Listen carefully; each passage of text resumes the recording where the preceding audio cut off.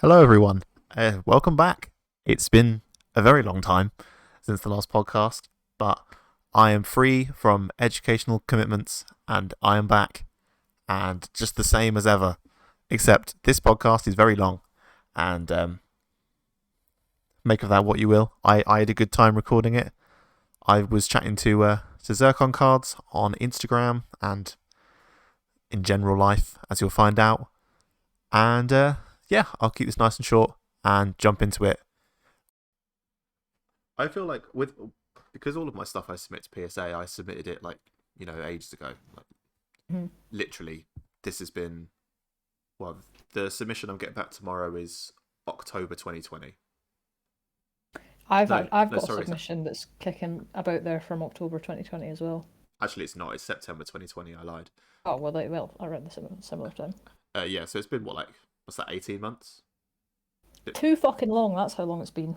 Yeah. So um, Graded Gem published this basically just a list of things that it just says the service level when it was submitted and what percentage is done.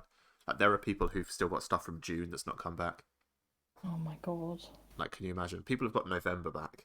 Imagine seeing someone get their November returns back and then yours from 5 months earlier. It's not back yet. I'd be heartbroken. That would be Yeah. awful. But then there's all those like different services as well. Like I don't remember the actual terminology for it, but like the standard service and then the express one. It's just like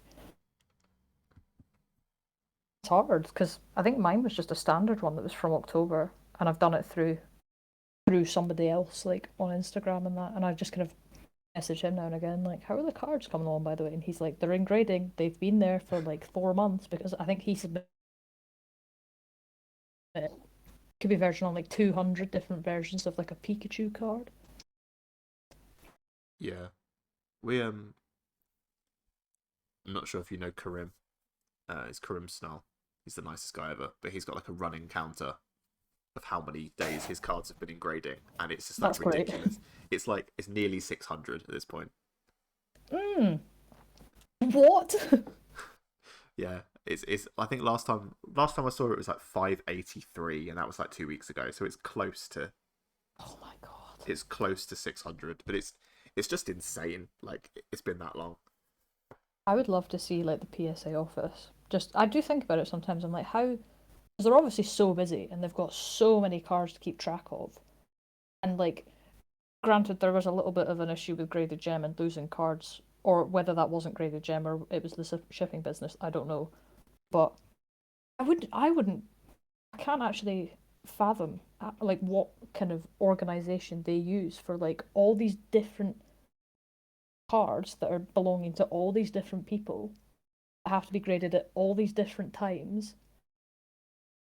Yeah, And with like the pandemic going on, I'm just like that. It does not make any sense in my head. But somehow everyone's cards are getting back to them all right, and I'm just like, what happened to you? it's crazy. They're grading I think it's like 40,000 a week regularly. How many staff do they have? Loads. They hired a load of people last year.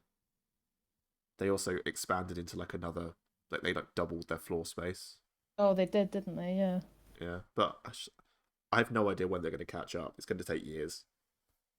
It's absolutely going to take years. I reckon, like, probably another five, Because at some maybe point, more. they said at some point they're going to try and reopen the economy, which is like the base level submission. Hmm.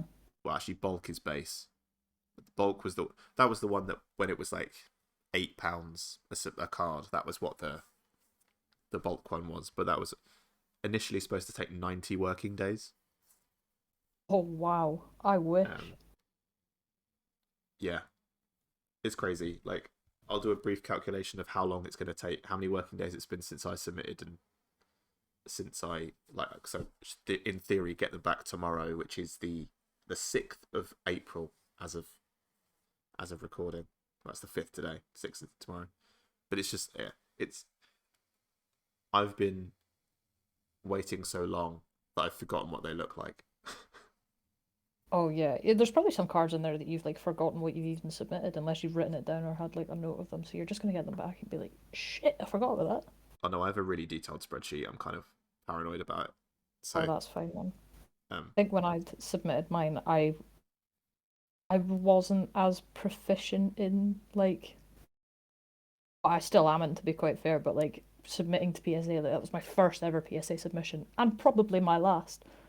But I I know that there's a video that exists on a WhatsApp group chat somewhere of the cards that I submitted, but I can't find it for the life of me. So I know like maybe three that are coming back, but I think I submitted like 10 or 12. I submitted so long ago that it was when Graded Gem used to do submission videos. Wow, that was another lifetime. So actually in the I'm actually in one of those videos. Oh, are you? Oh my God. That was, that was ages ago. I don't know why I'm surprised. Like, obviously, it was ages ago because it's such like a slow service now. Um, so it's been 538 days since I submitted. Fuck that. That's working days as well. Oh my God, that makes it even worse. Yeah, Holy shit. so that's pretty mad. It's quite a lot of days. I do wonder how long it is going to take for them to catch up because that's like, it should, I think, just in like business terms, it should never have got to this point. But at the same time, it's like, how could it not have got to this point? The worst thing they ever did is that's just regular days, by the way. It's not business days. If it was Mm-hmm. business days, that's like 2 years. Um, God. the worst thing they ever did is when they had to close because of the pandemic in like March 2020, Mm-hmm. and then when they reopened again, they did a special that was like if you submit a certain number of cards, it's like 25% off. I remember that, yeah. So that was what ruined them because they were receiving like thousands and thousands of cards before the peak where people were submitting stupid amounts of cards because they thought they could make lots of money. Mm-hmm. Now, well, arguably they've got lots of money, but they've got a workload which just it does not match the amount of money that they've got. Arguably, they just need more. They're in a position where they can literally just do whatever they want because they are the market leader. And Mm-hmm. realistically, Beckett's system is so like outdated. If you ever look at the Beckett website, it's terrible. I never have. Oh no, wait. I think I have once before, but I can't remember what it looks like. Beckett's website looks like it was designed in like 1995 and hasn't changed since. Their pop report updating is terrible as well. Like PSA's is like very much on it. Like as soon as it leaves the facility, then it goes Mm-hmm. into the pop report.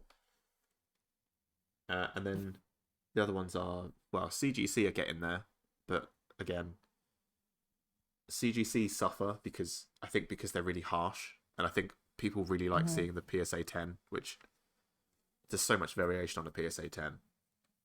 But with a CGC 10, I feel like there's no variation. It has to be perfect, or it's just not a 10. Yeah, I Um, think that opossum guy recently put up a thing about his CGC thing where he was just like I think he had like a Japanese Misty's Favor full art card that he'd sent away, and it was like tens across the board, other than like centering. And he was yeah, just like, "How famous? How like as a joke, obviously, he was like, how internet famous do I need to be for this to be a 10?" It was like it shouldn't be this harsh. I was just like, oh, kind of, I think, yeah. kind of why people use them. What's the same with Beckett, right? It's getting a Beckett Black Label is like virtually impossible, but Yeah, people exactly. people love the chase of it. Yeah, I think people kind of like the elusiveness, but obviously CGC isn't Beckett, so I think people are kind of expecting them to be a little bit easier on them. But it's just like, well, it's just another company that's a little bit more accessible than Beckett. It's another avenue other than Beckett, which is arguably just as harsh, if not harsher. You It does just tend, kind of get sorry, it same does grades. it does tend to be that like the new companies that popped up, the ones that initially came around seem to be it seemed to be very easy to get good grades. So like if you look Mhm. at so I actually sent a message to Get Graded when they started about asking about their Mhm. grading scheme and how they worked out the grades and stuff. Um, Right. which I can be if I can be bothered, I'll put on the screen. in a minute, but I probably won't. But I basically said, like, how do you work out your grading scheme? Like, how do you work out the overall? Because they graded a card, and like the average grades, if you added them all up and then divided it by four, was not the same as their average. Right, And okay. basically, what they do is they add all the grades up, divide by four, and then round up whatever it is. So Okay. so for example, if you got an average and it was like 8.15 somehow, I don't think you can get that, but anyway, they'd round up to a Sure. 9. But if it was like an 8.8, it would still be a 9. So the variation between one 9 to the next would be like super, super high. So that just doesn't it doesn't seem as robust as it should be. But So then is Get Graded the one that had that? What was the company that had that? Like they were just shit overall. Like they they someone's were, cards got like trapped in between the press or something like that. yeah, they were. Do you remember the Butterfry? It is this company. Yeah, yeah. That I was remember that was get Butterfly. that was get graded. But then loads of other companies popped up, like so there's MGC, which I like MGC, but they're very Mhm. harsh on tens as well. And then there's obviously Ace, which some people like them, some people don't. I've not used them, but I've heard both. Mhm. Some of the grades they give are seemingly complete nonsense, though.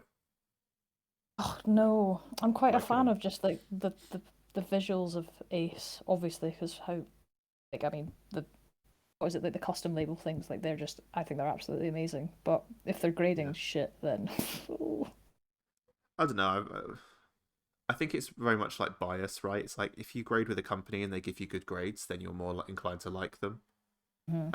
And I think that's like a dangerous mindset to have for both the consumer and the like and the market in Yeah, I mean general. it's kind of Because like gambling, isn't it? yeah, because it's like if I submit 20 cards to Ace and I get like 15 tens and some nines, then I'm going to submit again. Hmm. Whereas if I get, a bunch of sixes and a couple of nines, then I'm never going to send to them again. But then it offers an incentive for the companies to grade higher, which, Yeah. anyway, Randolph recently Um, made a video that he submitted cards to Ace, which I haven't seen. But if anyone wants to go and see that, feel free. But I think some of the grades he got were questionable. I did see him put an Instagram post up on his like PokeRand page.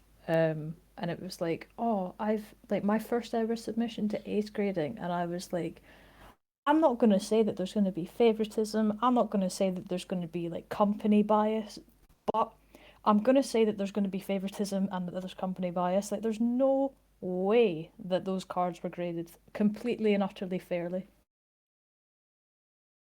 In in Randolph's defense, which is something I don't say very often, um, the guy who owns PSA grades with PSA, Mhm. so it's not unheard of. But the same token, like PSA's company is so big, I think even if they wanted to keep track of his cards specifically, he would have to pay so much for them that it would be a problem. Mhm. Whereas Yeah, like Randolph submitting at any service level at Ace, they're gonna know they're his. yeah, and I think the way that Randolph, I imagine that you've seen like the initial marketing video just before Ace was like an established company, and Do kind of like, is it Tom from Graded Gem? Yeah, Is that his name? Yeah, like they He's had Tom like from Ace Grading now. yeah, that they kind of released like a little promotional video for for Ace.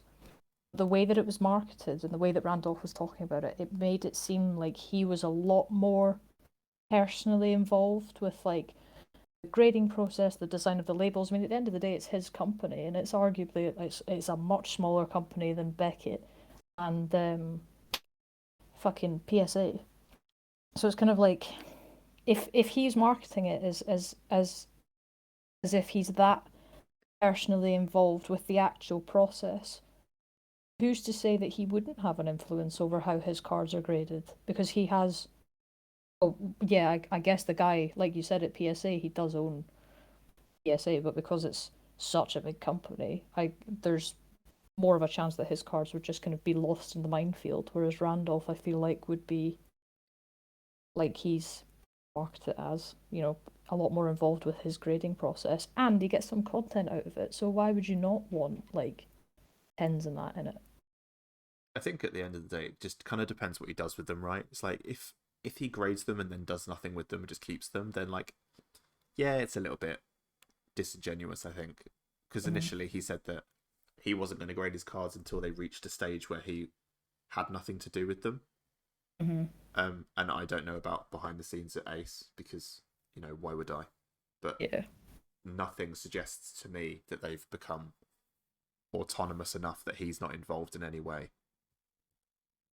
Yeah, Um, it doesn't seem like it's changed at all, but like, I mean, but we're like not saying that that's happened, but you can't deny no, it. legally we're not saying that. But if he just wants to grade them, keep them, and have them as like a fun thing, then that's fine. I have no problem with that. Mm-hmm. But it's just that I don't think he would sell them because it's just a nightmare. But if it reaches a point in Mm-hmm. the future where Ace are this massive company and he starts like grading cards and selling them, I think that's when it becomes a bit of a problem. Yeah, because I mean, at the end of the like, in the grand scheme of things, with kind of like modern day collecting, he is kind of just printing money. So I think it depends on the company and Randolph's like moral and ethical standards. Like he could have had them graded with the company and then destroyed them afterwards. He could just be displaying the cards in a cabinet in the Ace grading office or something. It's like you don't really know what he's doing with them afterwards. But he is kind of just printing money. Yeah. The thing is, though, people on the internet are so easily swayed because if he graded all these cards and was like, "I'm giving them away," then people wouldn't care Mhm. Yeah. because then you know I say I wouldn't enter that giveaway personally, but like people on the internet would benefit from that. Like Mhm. everyone loves winning free stuff. Um, I think it's just so easy to hate people now for no reason. Oh, tell me about it. I In think a the lot of people like to just kind of forget about the judgment process, and if there's something to hate someone about, and it's immediately just like I don't care about any background, I don't care about any context, I just want to hate you. looks like in the grand scheme of things, right? If Randolph grades cars and sells them with his own company, it doesn't matter. Like if he wants to Mhm. do that, then that's fine. It's his business. It's his reputation. If Yeah. he wants to, do slightly shady stuff, then I don't care. Again, not suggesting he's doing shady stuff if his lawyers are listening, which I Let's doubt hope they're not. I doubt they will be. But like Doubt that. he could do what he wants. People do shady stuff all the time and they don't get called out on it. Like Hmm. personally, I'm very much I don't say this publicly much because I feel like a lot of people wouldn't like me for it, but Uh-oh. I really hate Instagram raffles like so much because Oh shit.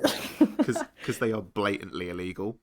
But if someone wants to do Yeah. an Instagram raffle, then it's none of my business. Like I just don't enter them unless they Hmm. are for charity, in which case then I will because For it, yeah. like if so I've run raffles in the past, but they've always been for charity. Like they've never been for personal gain. Criminal. And like I mean, the charity raffles technically are legal because you don't Hmm. keep the money. But again, it's a grey area between like what is actually a raffle, what is a paid giveaway. Paid giveaways are technically illegal as well. Hmm. There was I think it was like Molly May, the one from Love Island, like fell. Oh Jesus. She like was. They found out that she was doing like a paid giveaway, um, Hmm.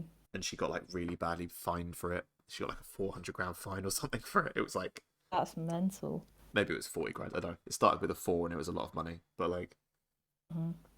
but yeah, I don't like raffles, but I just stay out of it. It's not my. Is that Also, purely because of the legality of them, or is it like, well, I suppose it comes hand in hand, but like the moral kind of objectification of it? I just think it's the like sort of mindless promotion of gambling that I don't like. And it's Okay, like yeah, I understand that. I don't really care if it's illegal because if I'm not the police or the gambling commission, it's not my Hmm. responsibility to tell people that what they've done is wrong. It's just that I just think you see them so often, and like don't get me wrong, if you're have a raffle and it's like £1 to go, and you might win a Mhm. nice card. Like I get it, but it's when you these like super high stakes raffles just like give me anxiety, where it's like $300 a spot and you're guaranteed nothing, and it's just like it hurts my head. Yeah, I see them on Facebook. I think there's like, I mean, like you're kind of suggesting there's like different tiers of raffles, but like you get ones on Facebook that are like you said, £300 a spot, and it's like, yeah, you're guaranteed nothing. You've got there's one that I kind of go onto on Instagram a lot, um, which is like a tenner a spot, and like there's like a spinning wheel. If your name lands on it, you get a pack, and it's like every time I've entered, I've always got a pack. Um, Yeah. Again, it's but yeah, confirmation. It's confirmation bias, right? Like if you always enter giveaways yeah, and you always win, then you're probably going to think they're fine. absolutely, yeah. But, I'm not saying that because I don't really enter giveaways very much. mhm, Because I know there are people who enter giveaways for everything, and again, why would you not? Because it's just free stuff. absolutely. But like But like you said, there's no kind of guarantee that you're going to come away with something. again, like I have this kind of like moral quandary all the time because like then just the nature of the collecting hobby is that it's all just a gamble. Hmm. It's all just justified gambling. Like, you know, if I open a pack of Pokemon cards, I'm gambling that I'll get something good. But Yeah, but what's interesting is you don't have a lot of people admitting that because I yeah, think they're just too scared to kind of face the reality of this is soft gambling. Like what we're doing is very much soft gambling, and like you said, hard like high stakes raffles are it's pretty extreme gambling to be honest, but it's not traditional Vegas style stuff. So I think yeah, a lot of people just run away from the gambling aspect of it to make them feel better about what they're doing with their money, which is, do what you want with your money, but also face kind of face the music sometimes. again, like it's not my place to tell people what to do. If you want to run raffles, like that's fine. Like I Hmm. just don't have to enter them. It's just it's all I see now is Yeah, no, is raffles and giveaways. And I can't remember which guest I had on here before, but when I did the whole like Route 101 thing where I said what thing don't you like, they said the same thing. I think they said raffles and stuff. Yeah. also I don't know where the word Raz came from. Oh, I've not heard that word in a long time. Just just call it what it is. Just call it a raffle and just deal with it. I know obviously a lot of Mhm. the reason people call it a Raz is so that they don't get found out that it's actually a raffle. But It was like a way to get around the PayPal like labeling stuff and yeah, like Facebook censoring it and whatever. But I br- think the point that you'd said about wait, sorry, what were you going to say? I don't want to go off just, topic. I should say bring back the word tombola. God, there's so many words I haven't heard in ages. Honestly, Fucking tombola. if you called it a Pokemon tombola, I'd be so much more tempted to enter than I po- would. Oh, that would be so good. Pokemon I'd Lucky. enter that. What? Why don't people? People have got like the card game. It's Lucky Dip. Make It's everything lucky like dip. like a like a town fate. That would be. I mean, I'm all for this. A Pokemon tombola. I'd see the word tombola and be like, hell yeah, get me in on that. Well, it's like I entered a charity duck race the other day, and I was like, oh, this is going to be something like weird. It's literally just an online duck race. What's an online duck race? Yep. I've I think never been more tense in my life. I was first until like the last second, then I lost. that's like the um. Oh, what they were like a. What are they called? Like the big. Oh, here we go. Like I'm really bad at trying to describe things that are in my head. Um, It's a shame we're not there's a visual podcast, isn't it? I know, yeah. I mean, I'm hoping for the magic of editing here, but I don't blame you if not, 'cause it's quite funny. But like, there's the big buildings that are like fucking hell. They've got like the machines that you put like 10p into, Yeah, and then like the 10p's fall forward. Like you've got games like that. You've got like the claw machine, and it's mostly targeted towards kids. yeah. There's like a name for those kinds of places. Arcade. That's the word. Jesus Christ. I'm looking at. I don't know if you've ever heard of this place in Scotland called Arbroath. But I've heard they've of Arbroath. Yes, yes, thank goodness. with the They've fish. got like a with the fish, yes. Yeah, of all things. But they've got like a really massive arcade called Pleasureland, and I have a ticket from it just on a pin board that's at my desk where I'm at right now. So I was looking at it and I was just like, I thought it was going to be a little bit of an obscure reference. So I was like, it's like Pleasureland, To be fair, but the Brighton version, which I've been to more, is called Brighton Pleasure Beach. I don't understand yeah. the association with arcades and pleasure. Well, I do, because again, you need to make it happy, and you need to make gambling happy and fun for children. Mm. So that they come back and everything. I mean, it's just again, it's just soft gambling, isn't it? Like I think that's the kind of overall point I was making. But it's like those the duck race is similar to that. You know, like the thing with the horses where you can like bet on a little mechanical horse in the arcade. Yeah, I know exactly what you mean. I used to love them. My grandpa used to like bet on horse like actual horses for like Cheltenham and stuff like all the time, and that was my version of it. And I remember being like quite good at it like, this one time, and I have such fond memories of it. So every time I see it, I'm just like, oh my god, like this is pleasure land. This is pleasure beach. This. So I like yeah, I love Yeah, them.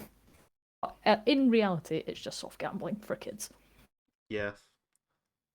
To be fair, like so, working at Smiths, loads of kids' toys now are just gambling. Like there's so many, like Hmm. mystery prizes and mystery capsules, and like you buy a toy and it comes with a mystery item. It's like everything is Yeah. gambling now, to the point where you struggle to buy anything that actually doesn't come with a mystery component. Hmm. Ah, Partly because because there's those like do you remember what was it like Go-Go's or something? no, I don't remember what Go Go is. Oh, they were little plastic figurines. You were it was basically like a an upgraded version of marbles. Okay, Um, and there was I think like there was over 100 of these little tiny little figurines that you could collect. But yeah, you would buy like a packet of them, and it would have four in them, and you would have a selection of four out of over 200 of them. You would obviously try and collect them all, but yeah, it's just like it's a gamble. I mean, they're obviously targeted towards kids in that, but it's a gamble as to what you get. yeah, we have these. Literally any brand has these things. So there's one. It's Mhm. called they're called Doorables, and they are literally Mhm. little boxes, and they have little Disney figures in them. Oh, And right, okay. you open it to collect them all, but they have special chase Disney figures. So there's like I think in the last rotation there was like a solid gold that was obviously not actually gold, and a Jasmine from Aladdin. Okay. So you keep opening those until you find that, and then they release a new series. I mean, I imagine that there has probably been an increase in the production of these kinds of like collectible kids' toys just from the sheer kind of contemporary success of Pokemon Yeah, yeah, and how that's turned from a kids' game now into an adult's game. So I guess, yeah, like toy companies are probably looking for something with a bit of longevity that could go as far as Pokemon.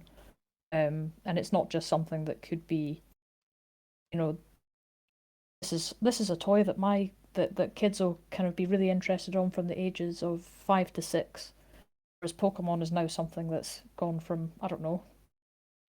I think that's spanned over people's lifetimes. yeah. It's interesting you say that because like Pokemon is now become a lot more adult thing. But like my nephew he's 8, had his birthday the other day. Mhm. Um, I hope I'm right. Or that's gonna be really embarrassing. But I think he is 8. Happy birthday, anyway. Yeah. Um, he collects Pokemon, but he does not collect Pokemon in a way that makes any logical sense to an adult who collects Pokemon. Like Ay, ay, ay. he does not care about sets. He doesn't care about how good a card actually is. He just likes certain ones, Mm, and he doesn't care how much they're worth. Like he showed me his binder the other day. Was this quite a while ago now? And mm. like the cards he's chosen to put in his binder, you would just be like confused You'd be like, about. that's nice. But he'll be like, look, I got a shiny, and it'll be like a reverse hollow, common, and then he'll like flick over the page, and there was a full art. What's the name of the new one that's like? Oh, Pokemon Center Lady. That's the one. Oh right, yeah, yeah. He pulled like a full up Pokemon Center lady and didn't even mention it.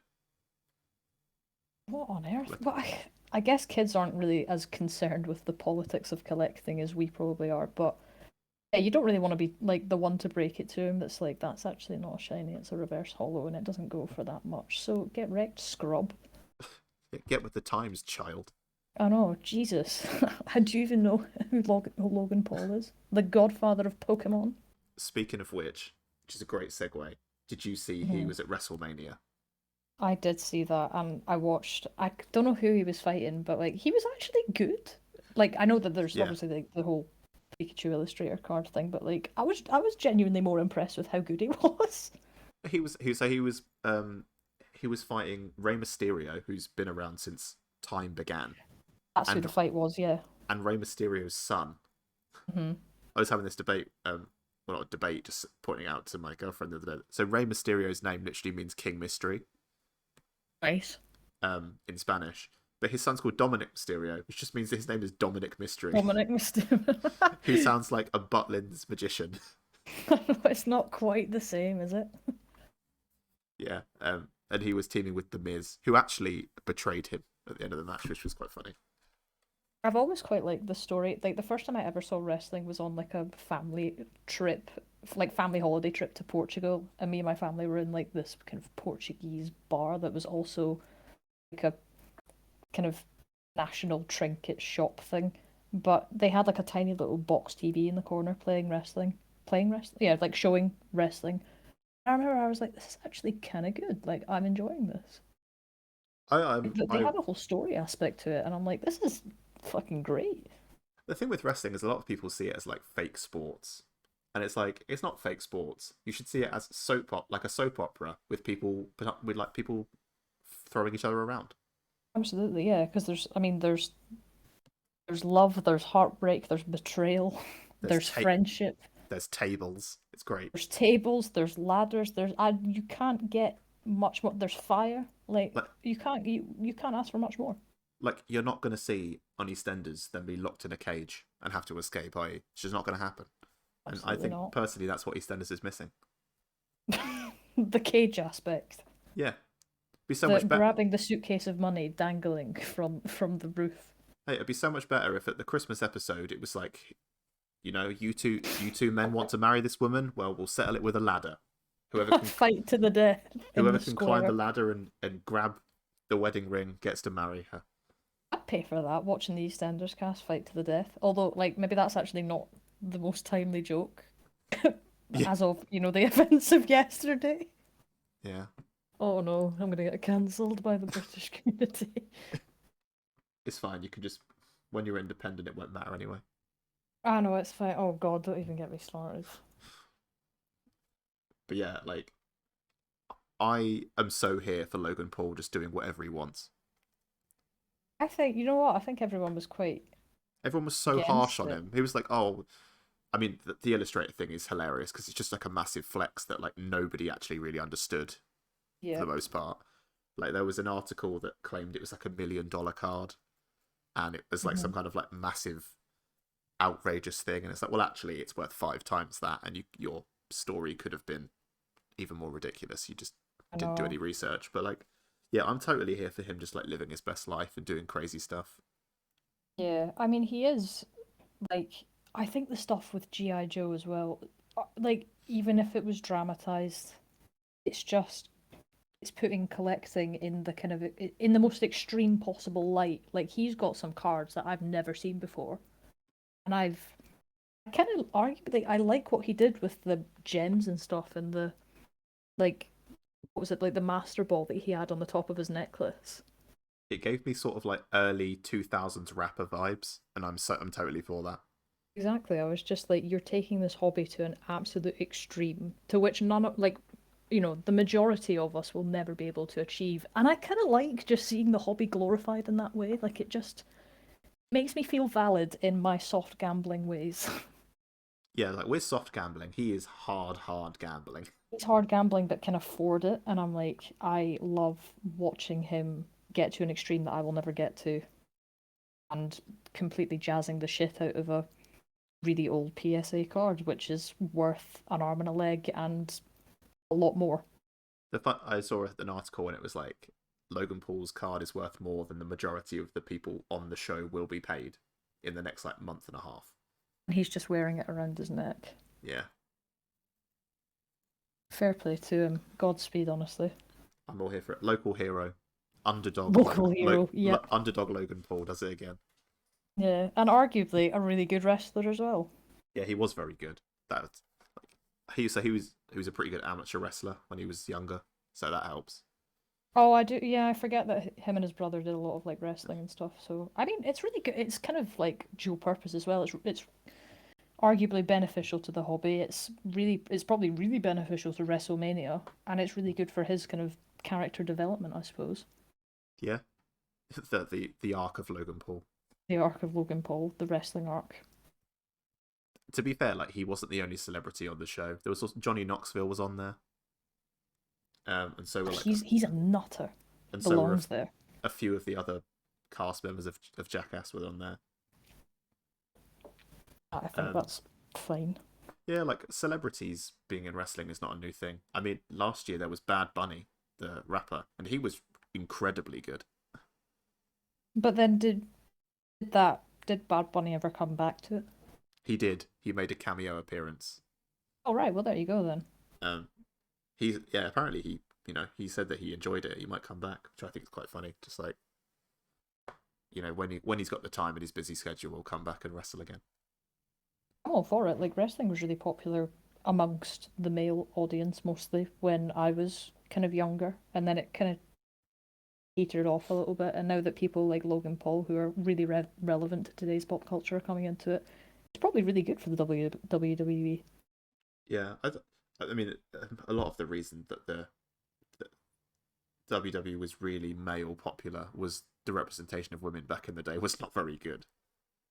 Yeah, I mean, to an extent, at least women were represented in it, just not in a very good light. Yeah, you're going to struggle to find some positive role models in like early 2000s women's wrestling, but I know, yeah. they walked so that nowadays they can run. Like they had these horribly degrading matches, Mm-hmm. and now women are doing it just as well as the men. So Yeah. It's hard that one though, because it's just like it's good to have a representation on television or within WWE of like these strong women who are able to like fight each other, but it's the undertones of sexism for me. It doesn't yeah, quite hit. it is. Yeah, it's a certain aspect of it as well as that these women are behaving in a more traditionally masculine way, and that's why they Mhm. gain some of the respect. But nowadays, you do have a lot of diversity in characters, which is quite nice to see. It's like you can have women who are like actually feminine in their appearance, like Yeah. traditionally in that sense, especially in a wrestling sense. Like Yeah, they can kind of appear quite feminine, but they can kick yeah, ass as well. like you tended to have in the day like two female characters, which was women who looked like men or women who wore no clothes, and there was basically no crossover. And Yeah, now it's one or the other. you have a little bit more nuance where it's like you can have women who are like actually are developed characters who have storylines that consist of more than like you're stealing my man or Hmm. I'm sad because you are more attractive than me. And now it's things like I want to be taken seriously professionally, and therefore we're going to fight about it. Yeah, it's kind of a give or take at that point, but Yeah, yeah, I kind of forget that was the whole point of the kind of female wrestler's character arc was the whole kind of like you're stealing my man, therefore I'm gonna go all psycho bitch on you. It's like all of them had that arc at one point. I'm just like it's not really good at representing the female population, is it? We're all just no. psycho who will beat the shit out of each other over the most minor inconvenience of a man about a man. To be fair, the men in wrestling are the same. It's like any minor inconvenience, and they're like, I immediately want to fight. But to be fair, I might actually take that back because I think that's the whole point of wrestling is it's just like punching the crap out of each other over a minor inconvenience. Would be a bit boring if they were just like, you know what, I'll let it slide this time. And Like, that's the end of the WWE. you know what, we're good. End of show. You know what? I'm just not feeling it today. But yeah, speaking of the representation of women in the social space, I feel Don't like know what you're talking about. people would be angry at me if I didn't mention your glowing resume of calling out disgusting men. Yeah, I suppose I wouldn't say it's glowing, but it's definitely relevant, I guess. Yeah. Um, I've talked about it before on the podcast, which it is important to talk about. But I've done 16 episodes and I've recorded a third of them about misogyny already. Hmm. So that gives everyone an idea that it's not exactly going away. And Yeah, we're on our current down cycle where no one talks about it for a bit, and then in 2 months it'll become a big thing again, mhm. and then it'll be talked about for a week, and then it'll just keep happening, but people won't talk about it anymore.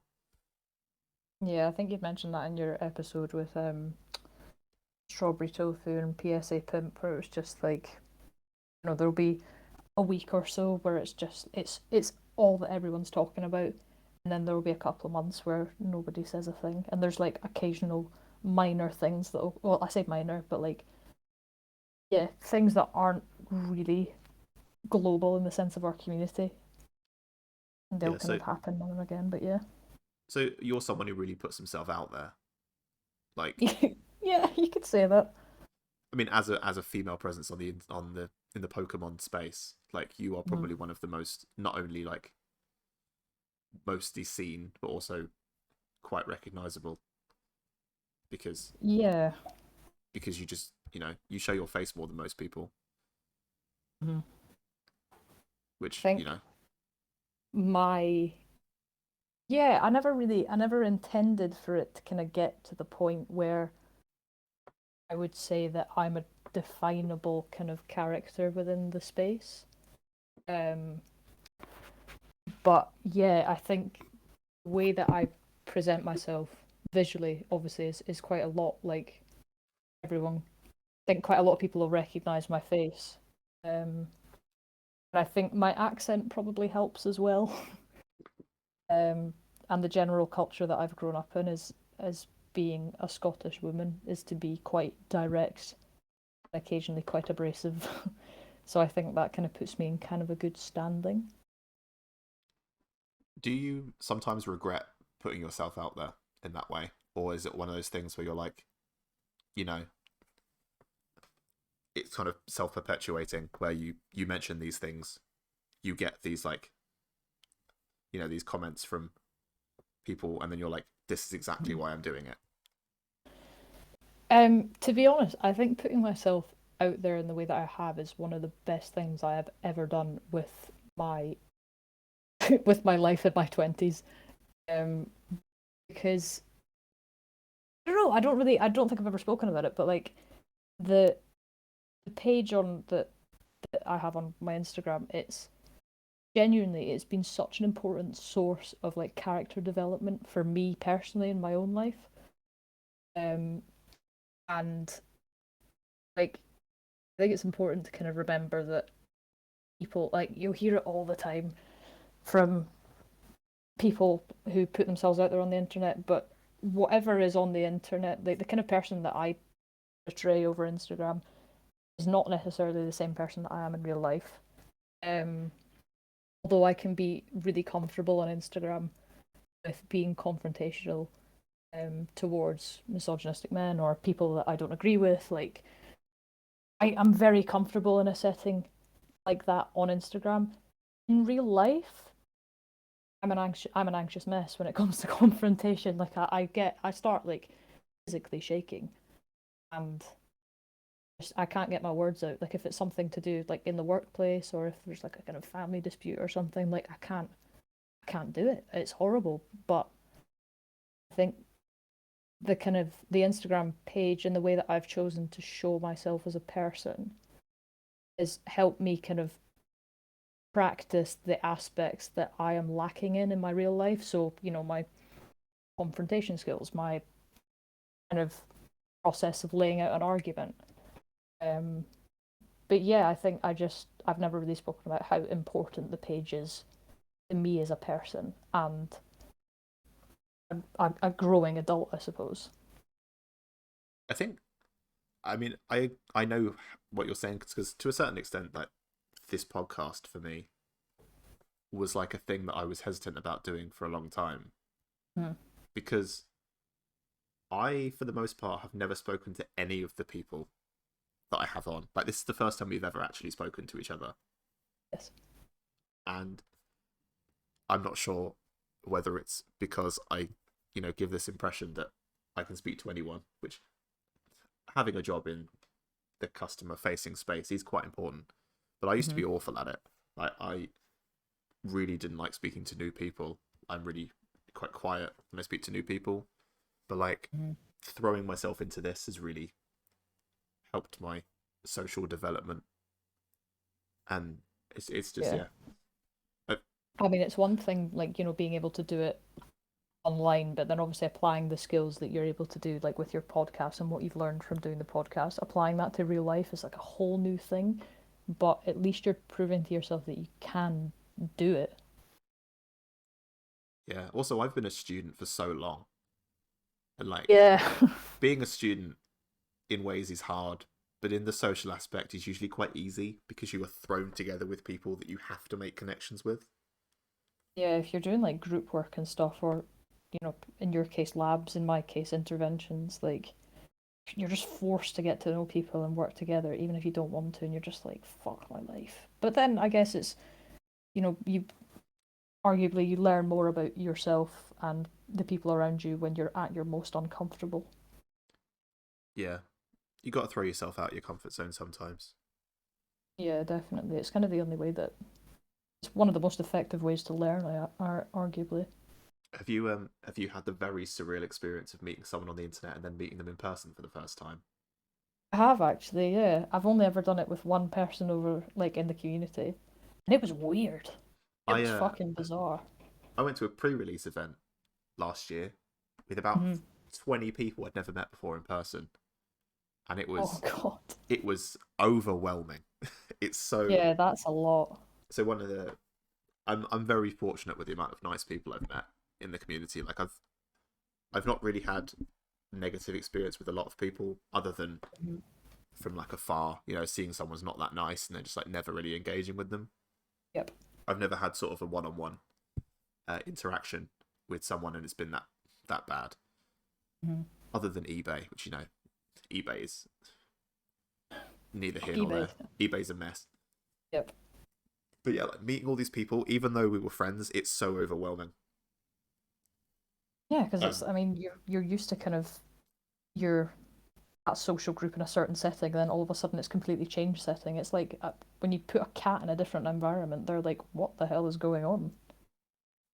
yeah, and imagine if you put that cat in a room with 15 other cats.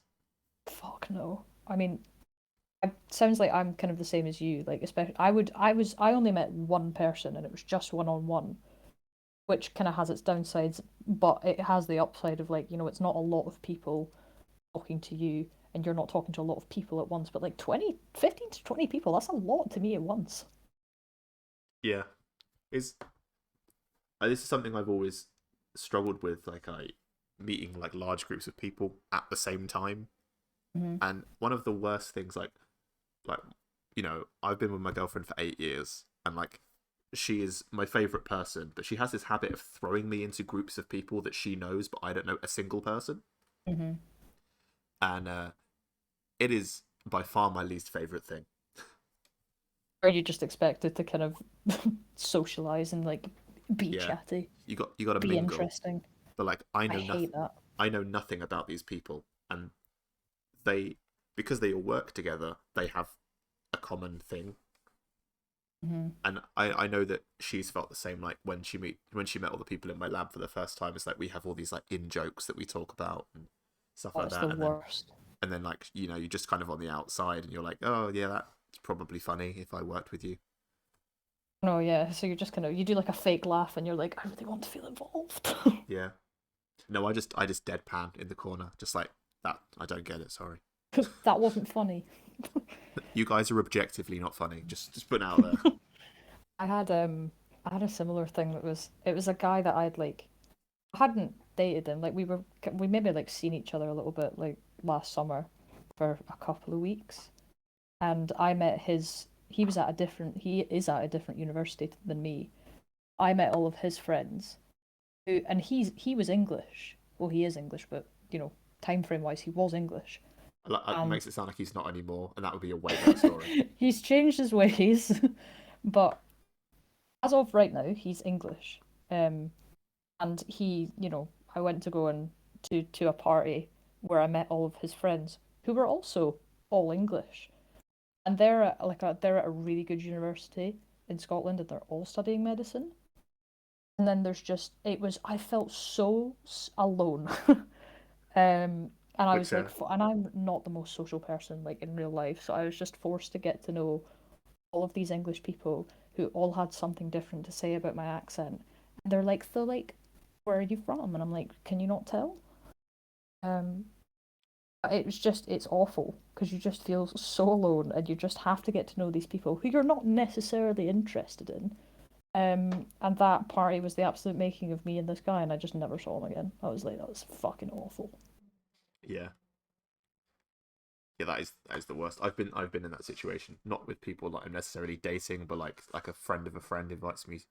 You get Hmm. to go to like someone's party, and you're just like, I hate everyone here. I'm sure they're lovely, but I hate everyone here. Yeah, it's like if these are the people that you're I mean this was relevant for my situation, but like if these are the people that you're choosing to surround yourself with, that speaks volumes about you. And it's just a bit off-putting. I once had to go to a Halloween party, um, and I didn't know. I knew like two people there, and Mm. I asked my friends who I lived with at the time, like, would they turn up just to not make it awkward? And they were like, yeah, yeah, we'll be there later. So I had to do like a couple of hours on my own, and Oh so no. being on my own, I got a little bit drunk because I was like, I have nothing else to do. So before I Mm. knew it, I'd had quite a few beers, and then so I have this ability to like never forget people's faces, but I forget people's names all the time. Okay. And I saw this guy, and I was like, I know him. I don't know where from, but I know him. And I sat there for like an hour trying to work out where this guy was from. And Just it turned, looking at this guy. well, yeah, he probably thought I was very weird.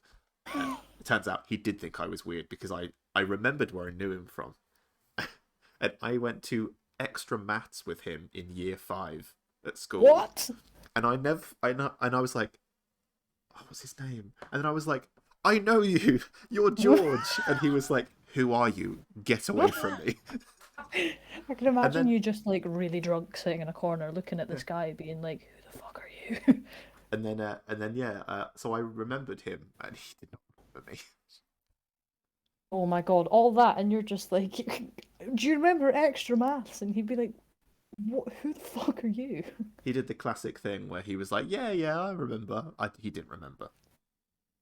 He was definitely doing like a side eye to his friends, being like, get this absolute wacko away from me. Those were some of the best times of my life, George. How could you not remember? You really helped me with the really hard equations. Yeah. So I have a really selective memory, but some of the stuff I remember about people, which I can't mention in public because it would like freak them out. I still remember. No, because then you have awkward interactions like that. Extra maths, George. Yeah, it's like, oh, I remember when you moved house to get to a different school. It's like, wow, how do you remember Oh no, that? you've gone too far there. That's weird. Yeah, I remember a lot of things I shouldn't remember. Oh God, what a shame. What a shame for George. Yeah, it's his loss. No, yeah. Basically, turned out he was at a different uni, but he was going out with one of my girlfriend's friends, Right. um, Okay. and then they broke up because he cheated on her. So sorry, George, you've been outed Oh on the right. Oh, internet. do you know what? I take the apology back. George deserved it. Yeah. So he went to university. He went to like a doing exchange in like somewhere in Asia and just like ghosted her. Oh my God. Yeah. So I'm glad we're not friends anymore, George. I'm using George, if you're listening, fuck you, my guy. I'm using this platform to openly criticize you, George. To expose George. This has taken a turn, hasn't it? I know, yeah. What were we talking about before? Oh yeah. Ironically, aren't men bad? Oh right, well, yes. And Yeah. George, this is a great way to introduce you. I'm sure. Yes. I'm sure he was. I'm sure he's a lovely guy, but Well, men are trash. but he was. But he Well, wasn't I nice. To, shouldn't say that. he wasn't nice to me or his girlfriend. So I guess it's not a great sample size. No, not at all. But yeah, I mean, women have it tough Yeah. at the hands of men. I something I've always been interested about is that like in the just the internet space generally, when a man has a Mm. problem with another man, they generally just call them out, and Yes. you don't see a lot of like women calling out other women. Is it because Mm. it's like a feeling of solidarity, or is it just always done in private? It's. Oof. I mean, arguably, it's done in. I mean, it's done in private. There's an incident that I'm thinking of currently, which I don't think I can talk about, but there Yeah, well, was. yeah, well, basically George, right? Oh, George got in touch with me. Can we Um, tell you what? Let's use the name George as a cover name for anyone who's done anything wrong. yes. So there was an incident with George coming to me and giving me their side of a story that had something to do with George and my friend Megan. George, your friend George, George, George too. Um, Georgina.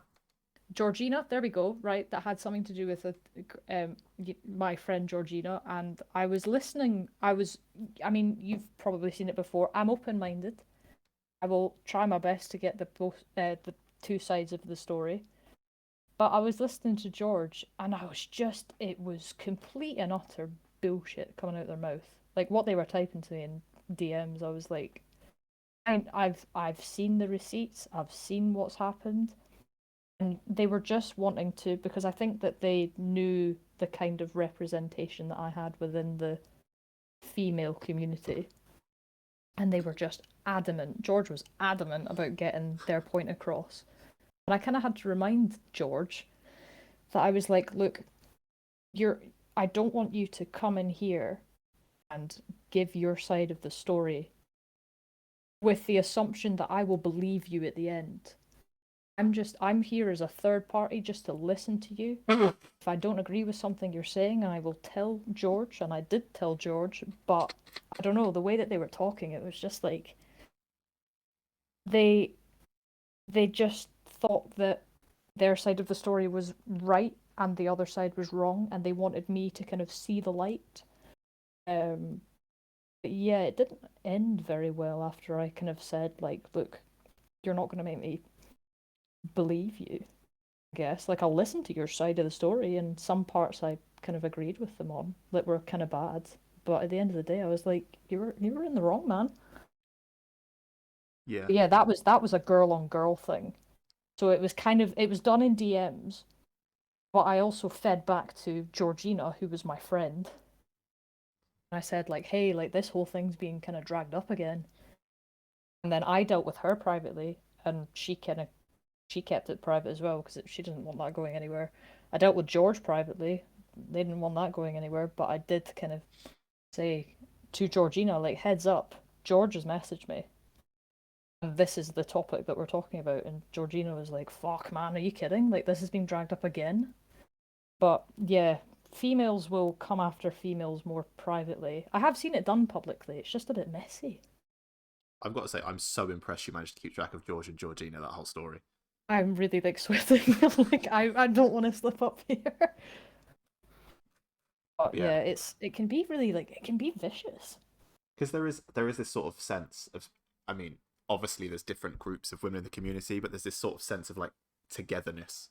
It's like Mm, we're all having it bad sometimes, whereas I think absolutely. men don't always have that because Mm. generally because men are less frequently attacked than women online. I think that's Yeah. a fair thing to say. Or if it's usually less. I don't say less personal, but a lot of the time you see guys calling out other guys, it's usually over like sort of money or business aspects rather than like Hmm. personal reasons. Yeah, I think there's been kind of, you could arguably make kind of healthy stereotypes about kind of how men and women handle arguments within the community or like fights or drama or whatever.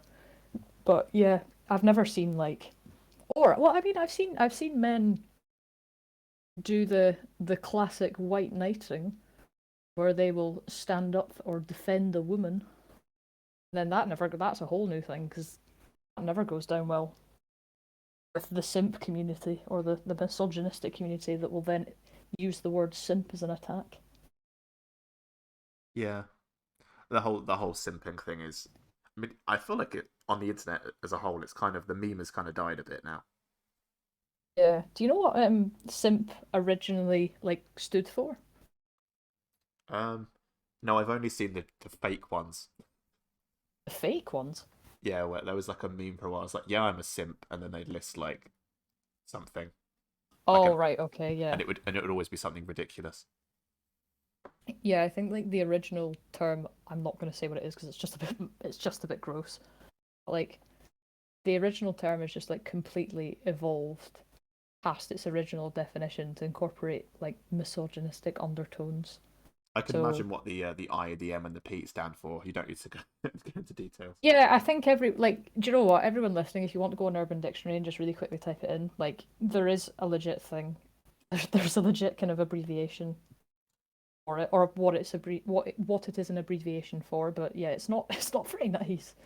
But yeah, I think especially the word simp, or like if a male kind of member of the community is going to stand up for a woman being mistreated in with regards to kind of misogyny and sexism, like the word simp is kind of just used as an insult now when a man puts himself in a submissive position under a woman. Like Yeah, they're using it as that. It's kind of just like you're a simp. Like I can't believe you would be submissive to this woman, and you're only doing it in the hopes like of winning them over, and like you might be able to sleep with them. And it's just kind of like, well, I mean, using that term in that way, it's really damaging, and I don't think anyone realizes how damaging that whole kind of process can be to the feminist movement. I think it's one of those things as well. Like a lot of terms on the internet become like very divisive in that like half the community or some of the community use it as like a joke. So like Yeah. saying someone's a simp is like become like a total joke now. Mhm. But then there's that small portion of people who genuinely use it as a serious term, and it's hard to sometimes find the distinction between the people who use it as like a negative thing and the people who use it as just like a joke. Yeah, you kind of have to determine how people are using it, but like it's just evolved so far past its original definition that no one really knows how it's being used anymore. Like, Yeah, on one hand, like I guess the word simp it could be used as a really good way to call out men who are only nice to women like with the hopes of getting laid, or calling out men who believe women owe them something in exchange for their like kindness or something. But like in reality, it's a word more often than not that's been used to target men for respecting women, yeah. which it doesn't it's damaging, I guess, for the community, and it can easily result in men being afraid to be respectful towards women out of the fear of the judgment of their male peers, which could then kind of really impact a new generation of misogynistic men who just disrespect, degrade, and oppress women. I think this. I think it's a. Well, I don't date anymore because I've had a girlfriend for 8 years, so Why would you? I've never really done the traditional dating thing. Like I met her at uni really early on, and we've been together the whole time. So I've never had, Yep. like I've never been on like Tinder or dating apps, or never had to like date loads of Oh people. yeah, yeah. Um, but like I think a lot of men are afraid of like initiating contact with women in a positive manner because of things like Mhm. this. It's like if you if you compliment a woman, it's either creepy or you're a simp, and there's no middle ground in a lot in Yeah. like, or you know, and then people don't know what to do, and then they end up with these, with in a situation where they think it's totally fine to just like leave creepy comments on Instagram posts Hmm. because that's a good way to get attention. And I'm sure a lot of people do it just because they think it's funny. But there will be people who genuinely don't know how to initiate conversation with someone that they find attractive because they're so worried about the judgment of doing so in a public setting or even a private setting that they just physically can't process how to do it. Absolutely. Yeah. I mean, especially within the community, like if you're wanting to shoot your shot with someone, absolutely go for it, but it costs nothing to do it in a respectful way. But then, like you said, some men might not even know how to do it in a respectful way because of the judgment that they've received from it in the past, or like from their peers or anything, or being called a simp or something. So yeah, but that's the thing is there's obviously kind of a gap in knowledge of how men are supposed to, or respectfully, should I say, like communicate with women. So if they are meaning, if they do leave a compliment on your post and they say something about like how you look or something that could potentially be deemed as creepy or inappropriate. It's it's hard to say this, but like I think women can definitely jump the gun and pull out the misogyny card or the sexism card a bit too early. um, Instead of just not kind of seeking any sort of like justification. I think there was it's horrible, it's heartbreaking to even think about, but there was an incident with a couple of the kind of girls that I know. Where there was a guy who was messaging all of us, or most of us anyway, in our kind of group chat. And I mean, I'm in no way a professional psychologist. I've studied it for like 6, 7 years now. But it was clear that this particular man had a kind of social hindrance on his mental capacity. Um, I was obviously in no position to diagnose him at all. But it was clear that he had some sort of autism or like Asperger's. Um, but the girls were very, very quick that were involved. Were very, very quick to throw like hate and basically just like shit on this guy in DMs. But none of it went public, but it was just really hard to watch. Where I was just like, Yeah, there's there was no need to go that far, and like even if let's say he didn't have any kind of obstacle like that hindering him, you not want to. I don't know. It's just people just seem so quick. Like I think we were talking about it earlier. Like people are so quick to just hate. I think it's one And of those, like, obviously as a man, for some reason women think there's this kind of like thing where men get lots of DMs, which I was once working at the university, and this girl was like, she was asking me if I go out much, and I was like, oh, I don't really go out anymore because like I'm a Mhm. bit older, it's not really my scene, I prefer to like go to the pub or whatever. And she was like, yeah, don't you hate it that you like constantly get hit on all the time? And I was like, no, Oh, I've I have never been hit on once knowingly in 8 years. well, it's kind of like a backhanded compliment. Yeah, and she was absolutely like stunned that I don't get hit on, and I was like, as a guy, unless you kind of put yourself out there, it doesn't really happen, Hmm. and Okay.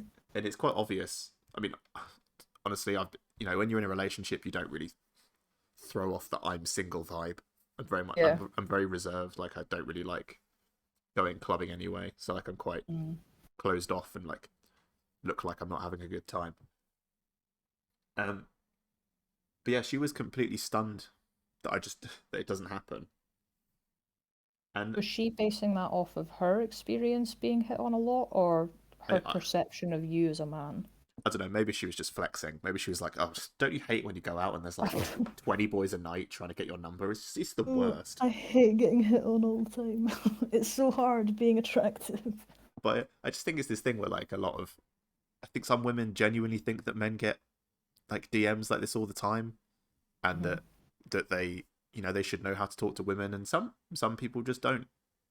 Whether it's you have Yeah. some kind of social hindrance and you find it difficult to speak to anyone, or Mhm. you've just you don't really know what you're doing. Like a lot of men and a lot of women just don't know how to speak to people that they like. They just get really awkward about it, and Yeah, then absolutely. and you overthink it, and then you end up saying something even weirder. Yeah, yeah, I agree. I mean, And it's like, probably even like more scary for men to try and talk to women with the kind of there's now this unspoken rule book of with the kind of rise in feminism now, and it's just like what can and can I not say, and why is there not like a step guide of how to do this? I think you just as someone approaching someone else essentially out of the blue, or if you've been speaking before, if you make a statement and the other person's like not really okay with that, you just need to be able to be like, you know what, I apologize, I overstepped. Mhm. Well, let's move on. Yeah, As long as it's not but something completely abhorrent, obviously. yeah, I think at the same time, I think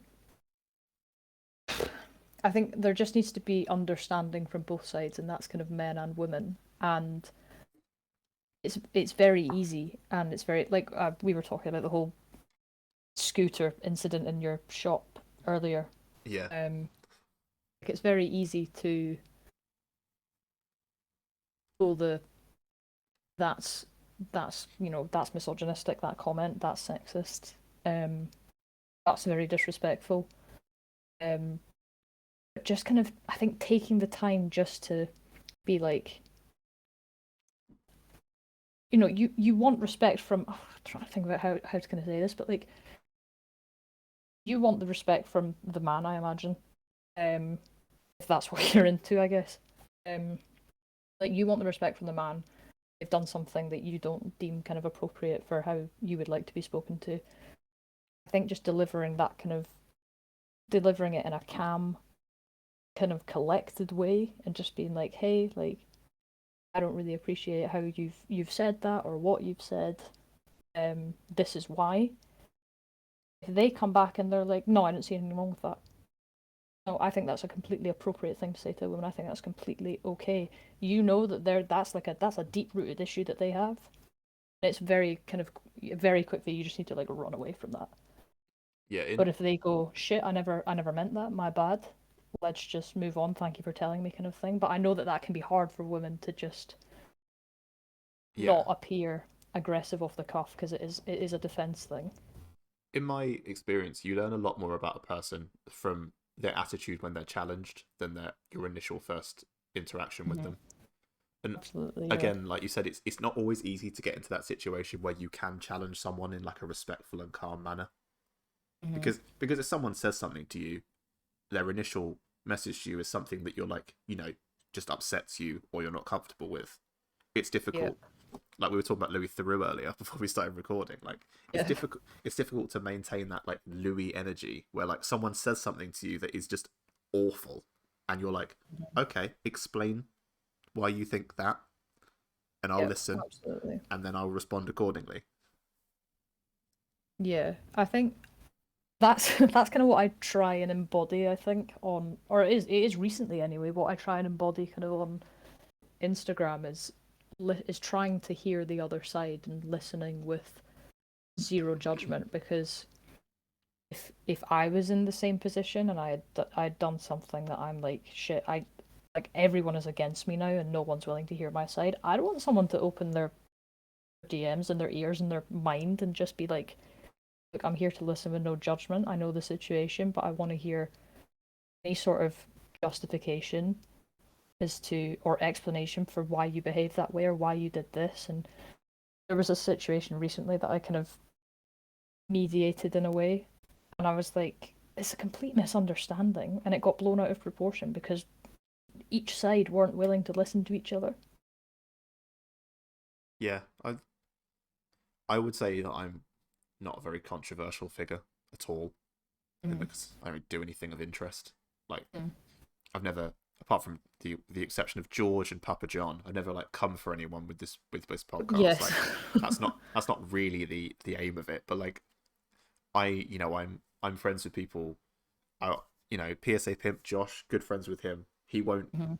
be unhappy if I say that he is quite a divisive figure sometimes. Oh yeah, And he like speaks his mind and he is and not like afraid. and like he goes for people, but he goes for people with the understanding that they will come back. Mhm. And I think a lot of the times people want to out people for certain things and then are kind of shocked when it comes back at them. Yeah, And I I think think they don't expect the kind of the the backlash to it, backlash. yeah. And it's like if again, it's difficult because like you were saying, it's all very much on a case to case basis. It's like if someone says something like really offensive and abhorrent to someone, then it's a different situation to if someone gets a bit like flirty in DMs and the other person's uncomfortable. Mhm. It's like if someone challenges you, if someone basically sends you a DM and is like, "Oh, your collection's bad," Mhm. like Yeah, it's it's kind if of just like, all right. it's like, well, fuck you. There was an incident like with the whole kind of your collection's bad. Like oh God. So I'm assuming you've heard of Pokemon before. She's American. She's got a kid. Yeah, she is, and I say this in the nicest possible way, absolutely everywhere. She is, yeah. She's quite prolific. But yeah, like, I mean, in a good way. But there was an incident recently, like fairly recently. I think it was in March. But there was a guy that commented on. She was, like I do it too. Like I'll show off cards out of a sleeve, and they're completely exposed to the elements. And God for God forbid, heaven forbid that you might get some dust on them. yeah, heaven forbid, you're holding them with your own slimy hands. But there's a guy that came into her comments on like one of the posts where she was just in her house and she just had like a little just a card that and she was just holding it with her hand and tilting it in the light so that you could see the reflection off of the texture. There was a guy that came in the comments and just wrote sleeve with like the rolling eyes emoji. And me and Pokemon, I'm sure she wouldn't mind me saying this, but we were in a big group chat of all girls. I think there was maybe about 15, 20 of us or something like that. But she saw that comment, she screenshotted it, she sent it to our chat, and we had a discussion about it. And there was a couple of girls that went onto the post and replied to the guy. And I joined in as well, but I didn't go with this narrative. But they there was a immediate defense of that's misogynistic because women get told all the time to like sleeve up their cards. And we're sick of hearing it. Like we know what to do with our own cards. We can do what we want with our own cards, and if we want to touch them with our bare hands, then so be it, kind of thing. I can remember watching this, and to be fair, the guy that wrote the original comment, he was horrible. Like the kind of stuff that he was saying back was horrible. Yeah, And he was just mega defensive, not a nice guy, and he was there to fight and antagonize us. Um, the kind of girls involved. So I was more defensive of the girls on that front in the sense of like he was just I was kind of challenging him on the horrible stuff that he was saying. But yeah, just his a part of his defense was that it wasn't meant to be a comment on gender in any way, and that was unintentional on his part. He just didn't like seeing cards unsleeved, which is a whole kind of I think that's a whole separate issue. There is a possibility to combine them in the sense that women get that comment all the time, like men don't think we can handle our cards, but there is also a possibility that he meant it no way to relate to gender at all. And everyone was just, the girls involved were just going in on him and calling him, like a misogynist and stuff. And I'm like, well, we don't actually know this guy, and maybe he didn't mean it on gender, but some of the stuff he's saying is also not very great. So it was a messy situation, put it that way. But after like a couple of exchanges, there was somebody else who was not part of our group chat, and I don't know whether they were male or female, but they came in and made a comment on the original guy. Like they made a comment on his parenting style and basically just said like I'm a, like oh, what was it? It was just like um go back to parenting your kid. I feel bad for your daughter having a parent like you. The guy, you could click on the guy's page and you could see that he did have a daughter. Yeah. But there was, I think it just hit me where I was like, all right, this is now hate mob. This is hate mob mentality. And I was just kind of took a step back, looking from the outside in, like, this is the atmosphere that us women have now created where somebody who is not involved in the chat, the group chat, who is not involved in the situation originally, has now come in from the outside and thinks that that's an acceptable comment to make to judge someone that you don't know on their parenting style. And I think it was either the same day or a couple of days later I left the group chat because I was like, Yeah. it was a really big kind of personal reflection moment where I was like, this is not the kind of contribution that I want to make to the feminist movement at all. And I think that it was horrible. And it's that you've probably seen it as well, where, something in the community will blow up and it turns into hate mob mentality. And it's hard to then have the other party's side heard, and you'll get people kind of being like, nah, we don't want their excuses. And I'm like, it doesn't have to be excuses. Like, do you not want their explanation? Do you not want their justification? Like, there's two sides to each story. That phrase doesn't exist for no reason. Um, yeah, it was really hard to see my friends and myself create that atmosphere in a comment section I to the think point where that was allowed. It was hard. I think there's sometimes like, because some of the relationships you make on the internet are so like meaningful, Mm-hmm. and I've made some really good friends with this and stuff. There's like a thin line between solidarity, but also like just they have wronged my friend and I must attack. Yeah. Uh-huh. And I know, like, you said that this person wasn't in the group chat, but there's probably a decent chance that they either saw someone being attacked that they either know personally or follow and enjoy their Mm-hmm. content, and they was just like, attack mode instantly. Yeah. But yeah, I mean, but just I get it. Like a lot of the times though, when I see things like this, like I understand it's just like it's a bit far, isn't it? Like yeah. Like there's no need for the level of anger. Like specifically with that situation. Um like there was no need for that level of hate and anger to be displayed. Um I don't just know, think, I think like when I'd taken a step back from it, I was like, I think I would much rather go at like I was already kind of practicing it, but I much rather take my confrontations. I'd much rather kind of approach them with a more logical, fact-based stance rather than focusing on the I'm right and you're wrong or like proving myself right kind of thing. I'd much rather kind of yeah, take someone down with facts and evidence and logic, and I don't know, like research or something, rather than just like there was that incident where I called the guy a virgin. There was no need for it, but even though it was funny. yeah, but Um, you did get banned for it, which was quite I funny. did, yeah, I did get a strike. I remember when that happened. I think again, I can sit here and give my justification, which I will.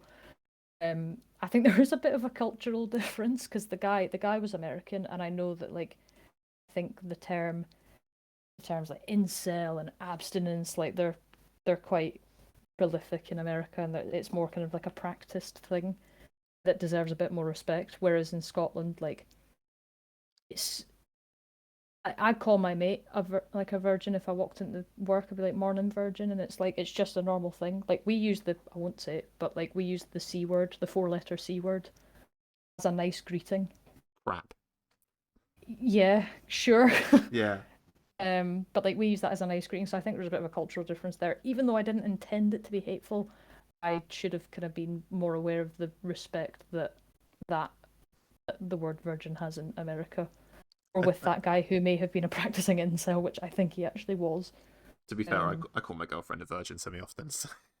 I mean, yeah, like that's the thing is, it's like it's a very British thing to do. It's just to kind of like it's never used seriously, but yeah, Yeah. Instagram saw I that think as kind of like hate speech, and I was like, I mean, do you know what? I'm not even gonna argue with it. I get it. So yeah, it was more that after that day, I was like, I will use something with, I will defend my argument with fact-based logic rather yeah. than just doing that shit. I think all of these things really come down to the fact that subtlety is just lost in the internet. Yeah, it's quite Like, difficult to convey tone. yeah, which is why when you make the videos that you make, it's a lot easier because you physically can see you and hear you, and Mhm. you can convey your opinion better, even if the Yeah, sarcasm may be lost on some people.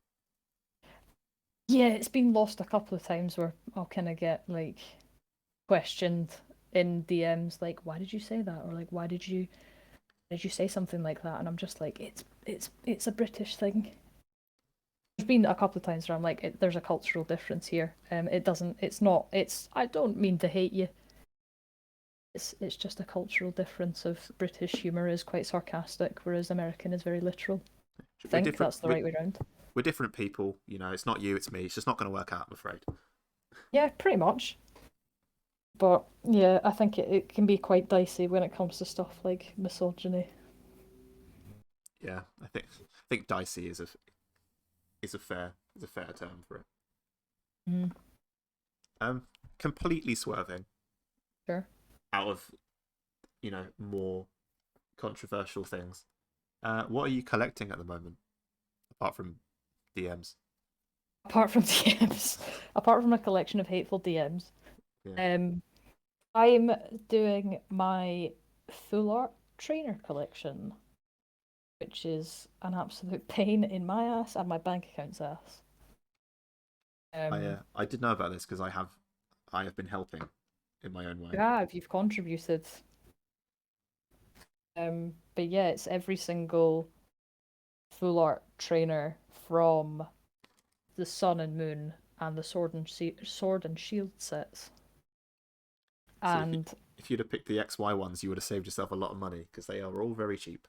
oh, I know, yeah. I mean, they were all really cheap when I started, like the Sun and Moon ones especially. And then I think I started in mid 2020. Because I can't remember who the hell it was, but I seen someone else on Instagram kind of start doing it, and I was like, "That's a pretty good idea." And then I just kind of went from there, and my friend made me like a full-on like Google spreadsheet to kind of help me like calculate percentages and completion rate and stuff. I think I'm about 70% of the way through, which Are you is missing a? Are you missing any of the really expensive ones? um I don't think I am. Hang on, like Because I know there's I like a think couple of lilies that are pretty expensive and a few others. so. I've got okay. Wait, I'm gonna really quickly unzip it. There we go. Full X. Both we will talk about that later. We are both affiliates, as Mhm. with most of the country. We'll get on to that. Yeah, the country and then some. But yeah, so I've got right now. I've got the Lily from Sun and Moon Base, which is cheap as chips. It's barely even broke 20 quid, I think. But I've got the Lily's Full Force from I can't remember which one it is. I think it's around like Hidden Fates Cosmic Eclipse era. Yeah, I'm not Um, very knowledgeable on Sun and Moon. X and Y is my era. I see, but yeah, the most expensive Lily I managed to get after saving for months, but I think I managed to nab that one for it was just over like 100 quid. That's not so bad. Yeah, but it was. I mean, it wasn't. It was the cheaper of the other options. Like the other ones were about like 180 or something, and I was like, this one card. It was like, yep, the centering's perfect, the edging's perfect. The only issue is it has a pinprick. Like you know how you get like white spots on cards Yeah, sometimes. It's the tiniest little white dot on the back, and I was like, I'll take it. That is mine for that price compared to the others. I will take it. So I have chased that card and I've got it. Because you're going for like Um, near mint, aren't you, for everything? yeah, uh-huh. There's one that I got from. It's like a on eBay. It's a company that will sell cards that they pull. I can't. I think it might be known as like Viridian Forest or something. Oh yeah, You'll have, if anyone's used Instagram, you'll have seen these companies that just rip open packs and sell the kind of big single hits. They're always in really shit condition. So I think I have one that's like it's like Sophocles from Burning Shadows. I think the back of it is absolutely fucking horrific. But I got it for like it was above the average price of it because this company was quite, well regarded. But it was just like, I mean, I don't recommend really using them. They're a bit shit. to be fair, Burning Shadows print quality is awful. Yeah, but Um, that like you could tell that this was advertised as near mint, being sold for maybe 20% above the average. And but it was like heavy played. I was like, yeah, what is this? I bought a few cards before that have been advertised as like near mint, maybe excellent, and they've had like huge creases in them. I've just not Yeah, and you realised. get them and you're just like, in what world is this near mint? If I ironed it a bit, it might be near mint, but absolutely not. I have a fun, completely off topic. I have a fun card related iron story, and that I for Christmas my girlfriend's parents bought me like a the little light boxes where you Oh can yes. take really artsy photos of cards, and the way it's stored is it's stored in a bag, but all the you get little coloured inserts and they're sort of like meshy bits that you put in, and they give you the different backgrounds. So And they made it like foam, aren't they? yeah, so I thought it was just made of like some kind of cloth material because they feel really soft. Hmm. And it had a huge crease in it, so I ironed it, and Oh, it's made out of pure plastic, so it just melted. oh God. It Your took me girlfriend would have been raging. it took me half a bottle of hand sanitizer and a toothbrush to clean it off the Hand iron. sanitizer. If you ever melt plastic on anything, hand sanitizer gets it off. I mean, I hope this wasn't like the beginning of the pandemic because that was an absolute luxury. Early No, 2020. no, this was like 6 months ago. Oh, for God's sake. Well, I've not I'll take note. I've not used the light box since. Oh God, that's such a shame. I've developed my aesthetic, which is just like essentially I take the pictures against my like patio door. Yeah, I do that as well. I'm just like, what different backgrounds can I incorporate into this now? I'm gonna have so much content tomorrow. It's gonna be great. Oh yeah, because you're getting your. Were you recording at the time that we were talking about the PSA submission that you're getting back? I honestly I can't remember this point, but yeah, should be here tomorrow. He's getting a PSA submission back tomorrow. I know it's ridiculous, isn't it? It doesn't seem real. The Oh, crazy, finally you get them back. the craziest part is that every time I've got one back in the past, I've always been working, and so I've had to Mhm. delay it for a few days. Like tomorrow is the only day that I'm not working apart from today. So Oh God, got the email from Connor today saying that they're on their way. They should be here tomorrow. that's gonna be so exciting. It's like It Christmas is. come early. It is. Whereas, because obviously my thesis I handed it in last week, so like they knew. We'll be done in time. We've been working with PSA. Yeah, I bet my mum called ahead and was like, "You can't have them until he's done." My mom. I said Actually, that is the kind of thing she should do. I have to do a podcast one day with my mum, but I don't think it could be actually. oh, that would be so good. I don't think it could be actually televised or like put out there because some of the stuff she says is so outlandish. I mean, you're in charge of it. You can deal with the editing.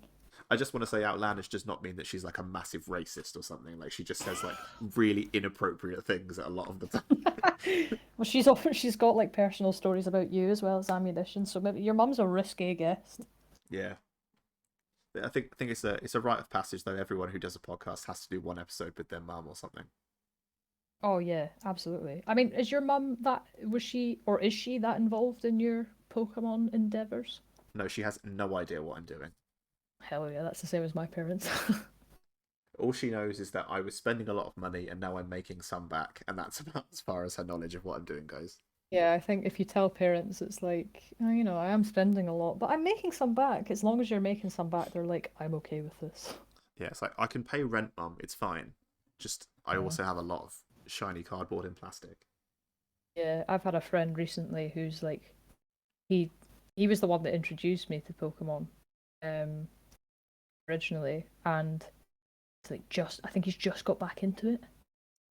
And it's just interesting kind of having questions from him about like investing in certain products, and I'm just like from him having introduced me to it and him being the know-it-all guy, I'm Yeah. like the Bible now, and I'm just like I have so much knowledge that Now is just would a not have been possible without him. now is actually a really good time to get back into Pokemon if you just want to like open it because there's Yeah. so much stuff around. It's like we were speaking earlier. We basically did a full podcast before we started recording, which is what usually Yup. happens. It's all the stuff that I can't really talk about on the All podcast, private and personal. which to be honest, I don't really edit much. So if anyone says anything horribly offensive, it's staying in. Um, Oh God. they said it, not me. Uh-oh. No, I always give this. I always give this as an option whenever I get someone on. I'm like, if you say anything or I say anything or give away any details that you want editing out, just tell me and I will do it. It's never happened. Yeah. Also, I have this rule that I don't have a rule about swearing. So you can swear if you want. I literally don't care. And I was gonna say, I was like, that's a bit late to tell me that. yeah, but people don't swear as much because they feel this like pressure that they can't do it. But I just don't care.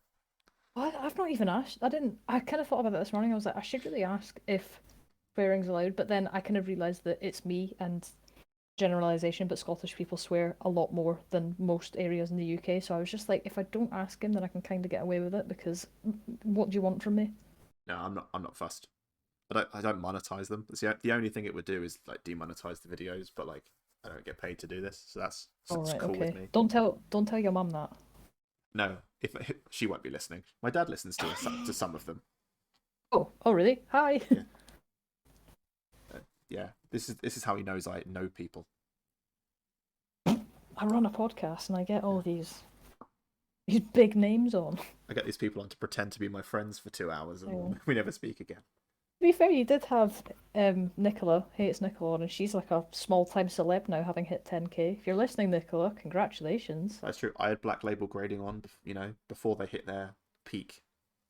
Yeah, exactly. Look I've at all also these famous people, you know. I've also met John from Black Label grading in person, and I can say he's a very handsome man.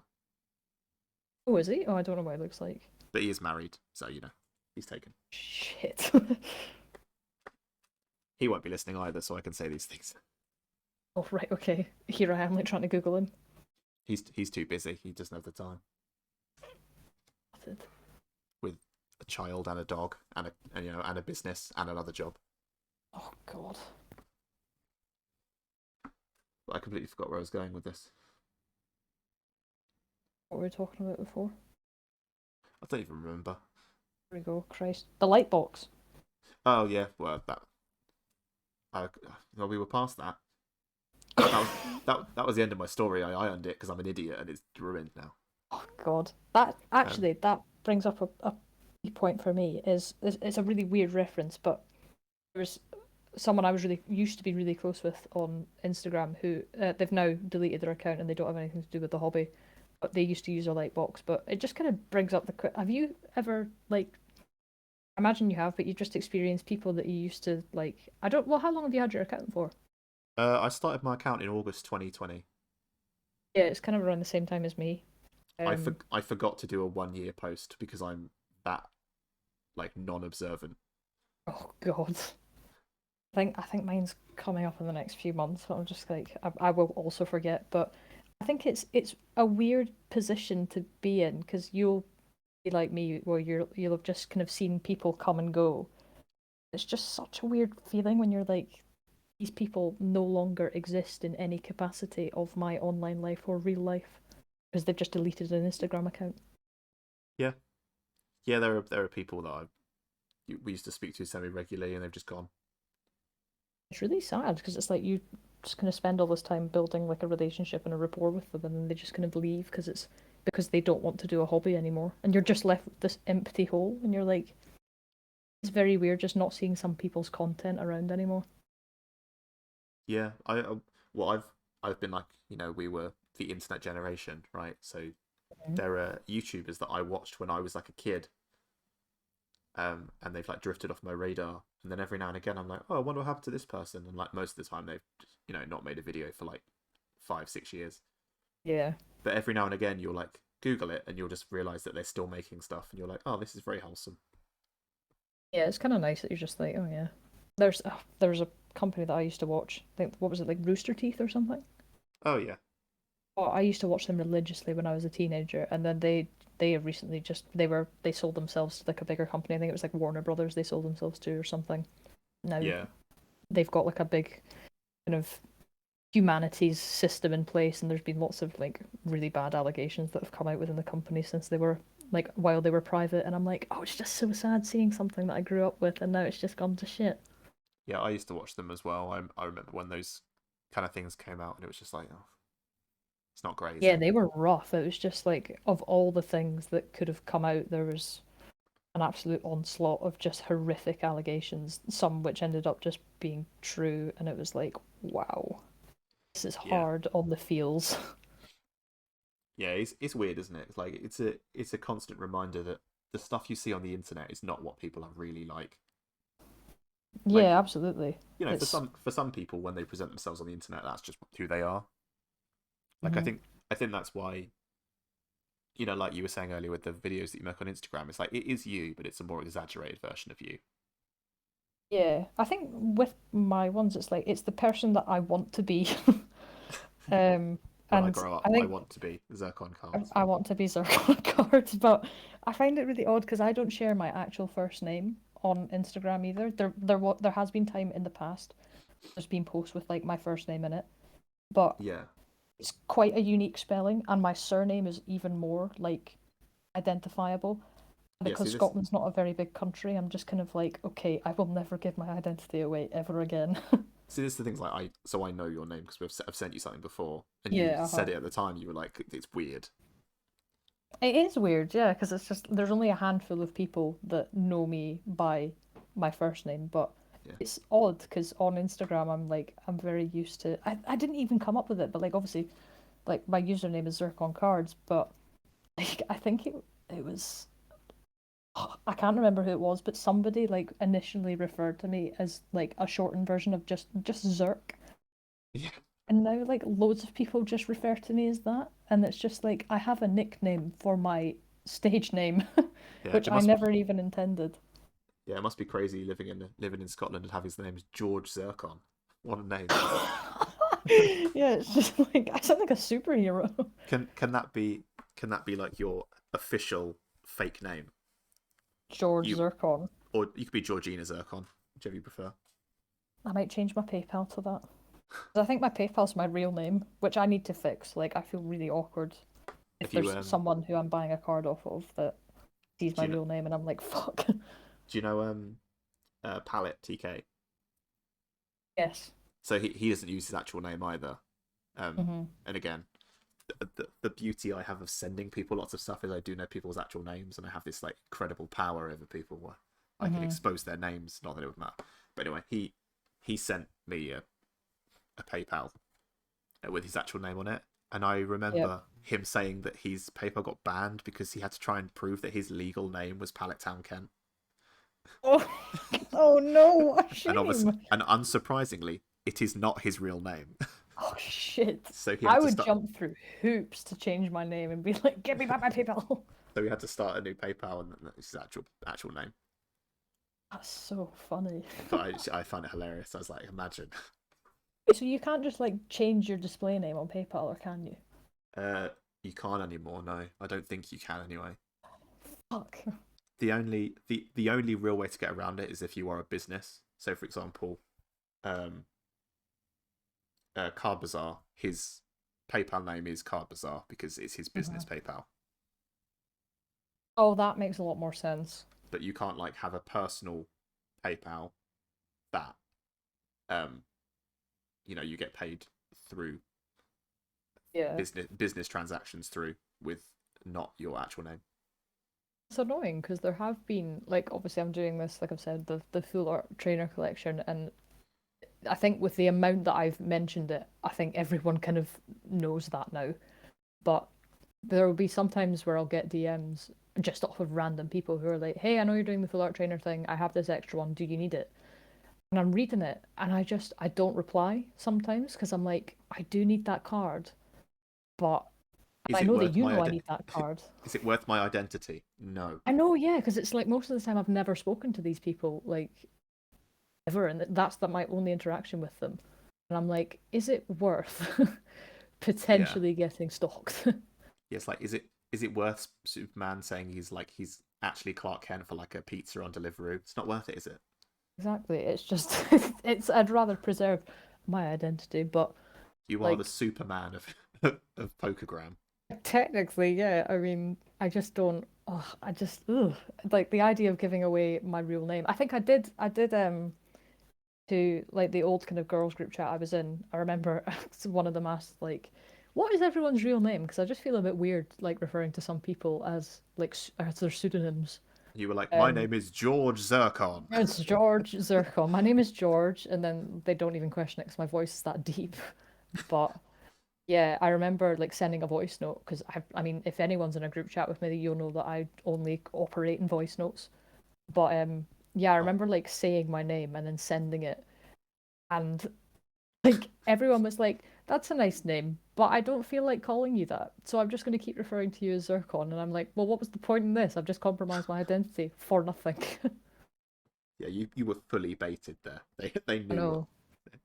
I'm just like, I'm gonna be exposed. That's not Yeah. good. But no, Could, I don't mind giving away to people that I know, but see people that are just random, like no offense, but I won't give my name away to you. hey guys, just wondering, what are your car details, just so I can have a better idea about you. What's your card details, your social security number, even though it's not that in the UK, national insurance number. Yeah, I'm pretty sure you can Google national insurance numbers. It's the easiest thing in the world to get from Can someone. you really? I mean, if you think about it, if you just give it away, you give it away all the time, just not thinking about it. It's like every time you apply for a new job, even if you don't Hmm. get it, you give them your national insurance number. That's true, actually. Well, that's quite bad because that's the password of my payslip. Fuck. Well, imagine any of your recent employers probably aren't trying to access your payslip. So Ah, who knows? but yeah, I've always been really free with my name. I don't really know why. I think it's just because again I've got a common name. Like Mark is not a unique name, and Mhm. also I live in Nottingham, which is not a small place. That's true. Yeah, it'd probably be a lot more difficult to just find you. My like own self importance of my identity was sort of ruined by the fact that I once went to the orthodontist when I was younger, and they were like, "What's your name?" And I was like, "Oh, it's Mark Newman." And they were like, "Okay, you take a seat."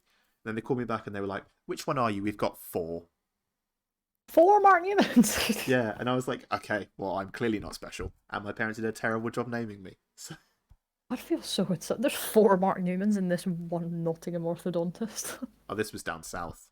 Like this, I used to live in like Even then, like a smaller town, so there was four in like well, I used to live in St Albans, so that's four in the right? town of St Albans in one orthodontist alone. It's like, good luck trying to find me. There's a conspiracy theory attached to that, surely. Also, like, I don't really use personal accounts very often on social media anymore. I just use my Hmm. Pokemon one. So, like, good luck finding my actual accounts. This is not a Yeah. challenge. Do not try and find me. I think my personal account is just my entire like full name. I've got this like horrible like scenario in my head that like if I give my actual name away, people can it's a really like it's not a common name at all, my first or my surname. Scotland's a small place, but like you can easily find me on Facebook. It's probably like the first search if you put in my first name Yeah. and like the country that I live in. Like it's easily going to be the first search. You can easily find what university I go to, but like it's not the idea of like some random stalking me. It's the potential of like somebody from my university could be following me. And then they go, "Oh my God, like you go to my university." It's the idea of like walking through like my kind of main uni building and somebody just like shouting like Zircon across the hall, which is a really weird thing to shout. And I'm not That saying I'm like famous or anything, but the potential is there. I love that is like it's single-handedly the most like insecure but also narcissistic thing I think I've ever heard. Oh yeah, absolutely. I agree with you. But like It's I totally get it because like obviously I've spoken to like Berkey Toby a lot and he must get it all the time and I can't imagine how exhausting it must be. Mhm. I had oh, do you remember? Oh shit, he's gonna kill me for this, but Even I saw to Matt Cully, like even Matt Cully said he got recognized for the when he got recognized for the first time, it was so surreal. mm, it would just be awful. But who the fuck? It was a group of people on YouTube that used to make Minecraft back in the day. There was one of the guys called his name was So Totally Toby. No. You know who the hell I'm on about? It was the bloody Yogs cast. Oh yeah. He was one of the cast members on it, and I was at one point in time like quite friendly with him through another friend. Um, and he like went to like Comic Con and shit like that, and he was like, even though my real name like Toby is in my gamer tag, people would never refer to him as Toby. It was just so they would go the extra mile and refer to him as, oh my god, nice to meet you, So Totally Toby, and he's like, you can just call me Toby. Yeah, it's one of those things where like I use my first name as like what most people call me in like Discord chats and DMs and stuff. Mhm. Someone referred to me as like so my original Discord name is Moffs, just like MOFS. Okay. And someone referred to me that in person once, and I was so confused I didn't know how to respond. And I was like, You kind of just cringe a bit. You're just like, but I my was like, online life is now exposed. you know my name. Just Mhm. why have you Just called me say that? say my name. It's just weird, but Yeah. I also it's an odd thing. like being great in Growlithe. It's too long. It's like it's annoying to say. Yeah, I think you just stick with Mark. But I think Yeah. you're, like you said, you're quite free. You're just sharing it, so I think I would much rather choose Or Mark GG. than People call me GG. GG sometimes, and I'm like, yeah, I'm not okay with that. No, that's just a bit bizarre. But yeah, I don't necessarily mind Zircon or Zirk, but I think if it was to be used like in a real life setting, I'd be like, this is fucking weird. It's not my name. Yeah, I suppose like, I mean, how many people that you know on Instagram have you like? Is it just that one person you've met, or is there other people that you know through Instagram that you were like already friends with? I believe it is. Well, actually, there's so I've met four in total, but one has is no longer part of the community. Um, I've met. It was well. To be fair, the other one isn't part of the community either. But so I've met. Do you remember that Pokey dude, Marcus? Maybe. He was like really kind of like up and coming, like really popular at the time that he was active. But he's moving to Bali with his girlfriend, so I mean, he had to kind of like sell his collection and stuff. His page is still active, It's like, oh, but he's I was not gonna say, active oh, on it. that sucks, and then you said what he was actually doing, and I was like, yeah, that makes total sense. Yeah, I can understand it, but yeah, he came up to the the kind of vicinity that I live in Scotland, and then he messaged me like, "Hey, like I'm coming up to Scotland. Do you happen to stay near here?" And I was like, "I stay exactly there." So I like went to meet up with him. I'm not kidding. It was like half 10, 11 at night. Like, went to his hotel, grabbed him, not like that, but like got him in the car. Again, not like that, but he willingly got into my Maybe car. maybe this is why his girlfriend's making him move to Bali. Shit. But he, yeah, willingly got into my car at 11 at night.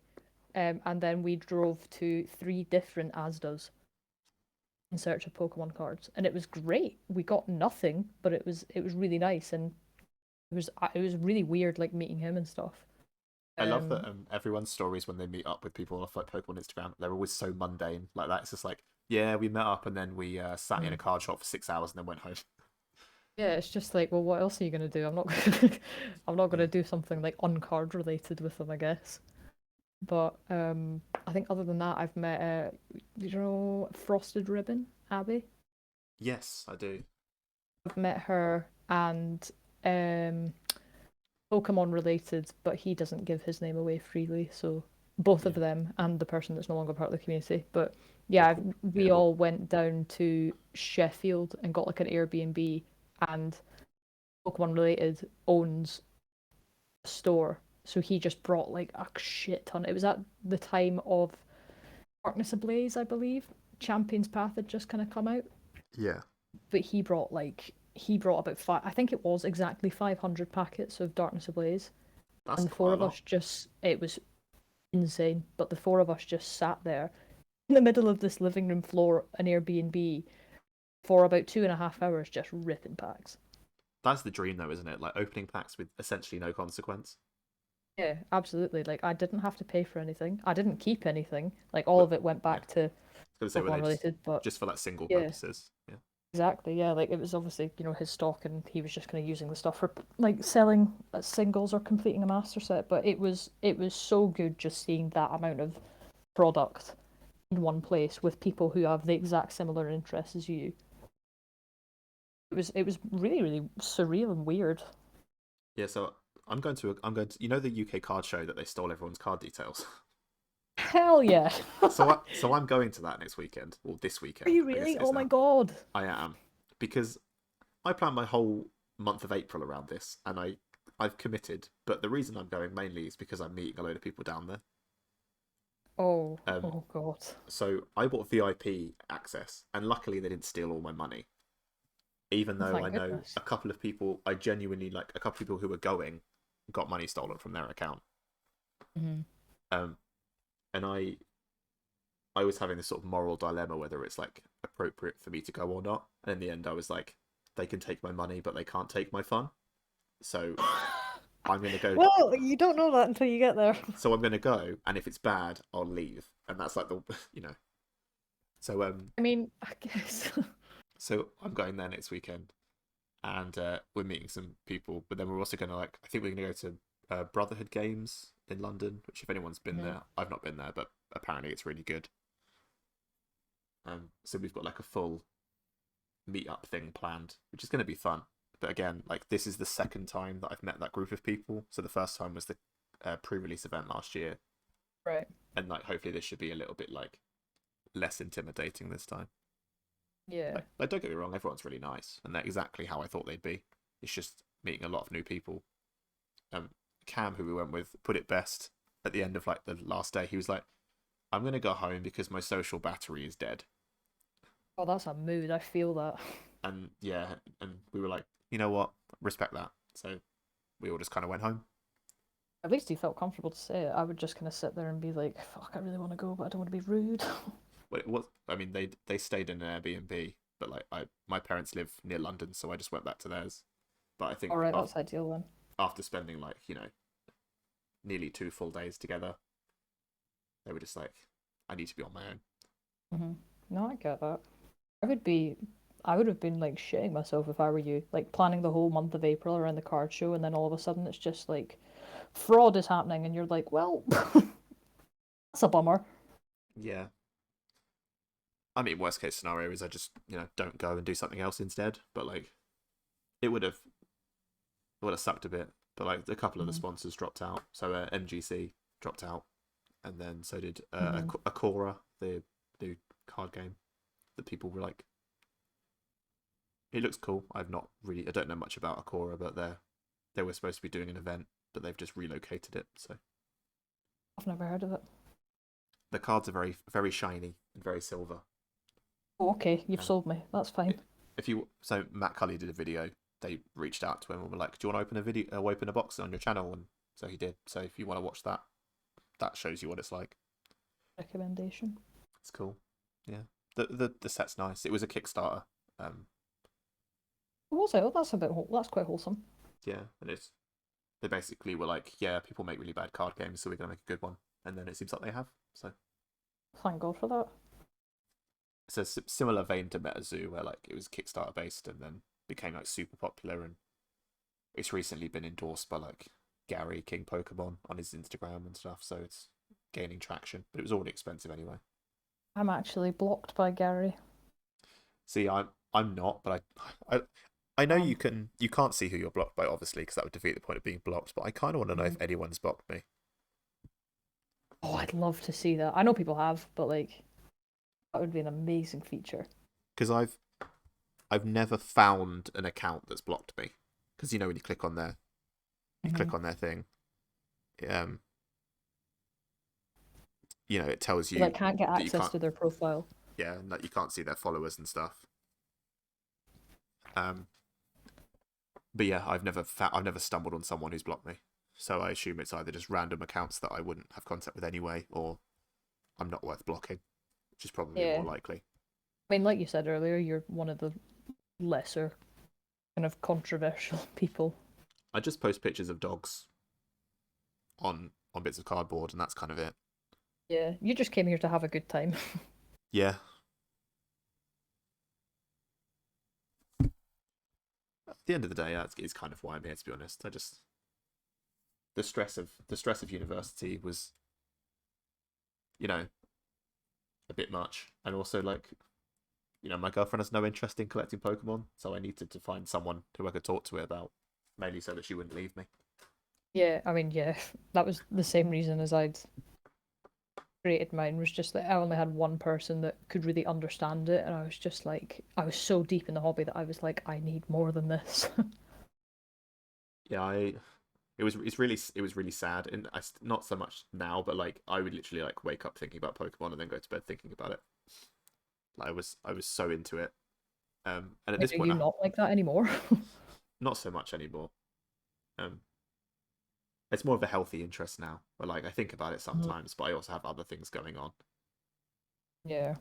I think if you think about it, like, all of us probably have, like, such a big portion of our brain is dedicated to just knowledge that is only useful within the Pokemon space. But yeah, like if you think about it, most people in the Pokemon Instagram space, when they see any Pokemon, they know what it's called. Like there's 900 of them nearly. That's too much information. Oh yeah, absolutely. When I started, I struggled to name more than 10. And now I'm just like, I'll rattle off dexes, no problem.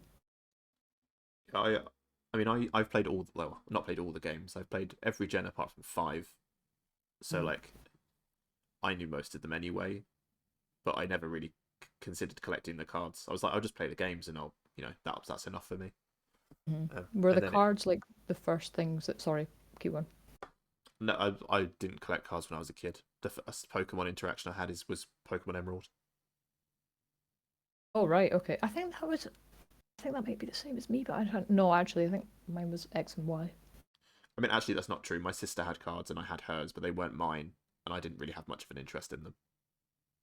Was Like that the first thing, like, was that the first kind of collectible that you dipped into? Was the um, TCG? no, I collected football cards and football stickers before that, Oh, I see, okay. and I still do, because that's like Mhm.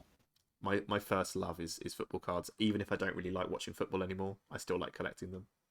Yeah, there's some times where I'll see, like, at the top of my page that, like, you're live, and I'll, like, pop in. I'm like, oh, like, what's going on?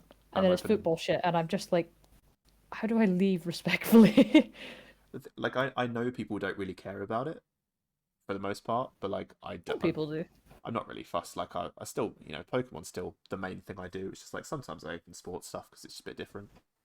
Yeah, there's been times where I've like sat in the kind of live, like the ones that you host, like sometimes where you do the football cards. I just sit there and I'm like, I don't.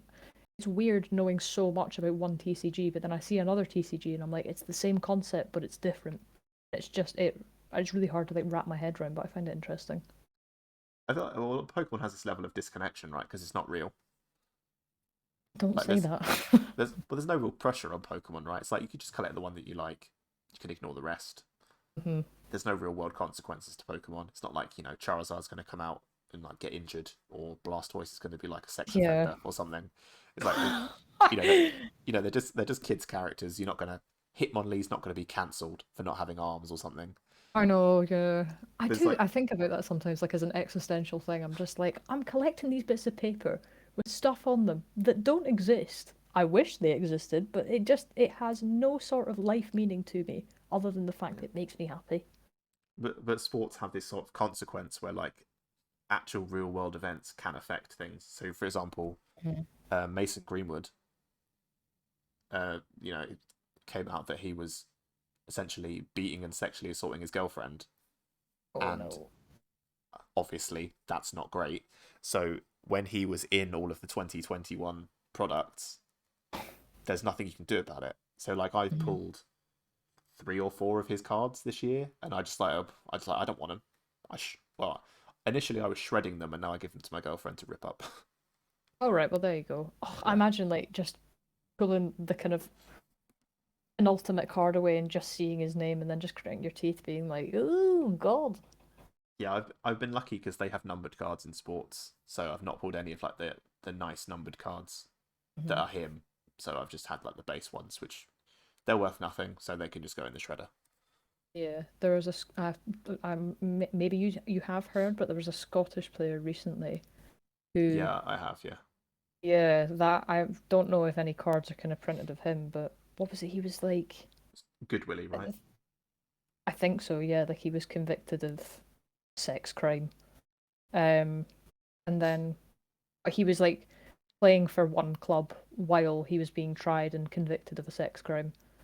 Um, and then like nothing was said about it until he was sold to another club, and then during that transition period, all of a sudden everybody cared that 3 years ago he was convicted of a sex crime. It's just like, hang on, like you're fine when he played for this other team, but why all of a sudden when he's being transferred somewhere else do you now care?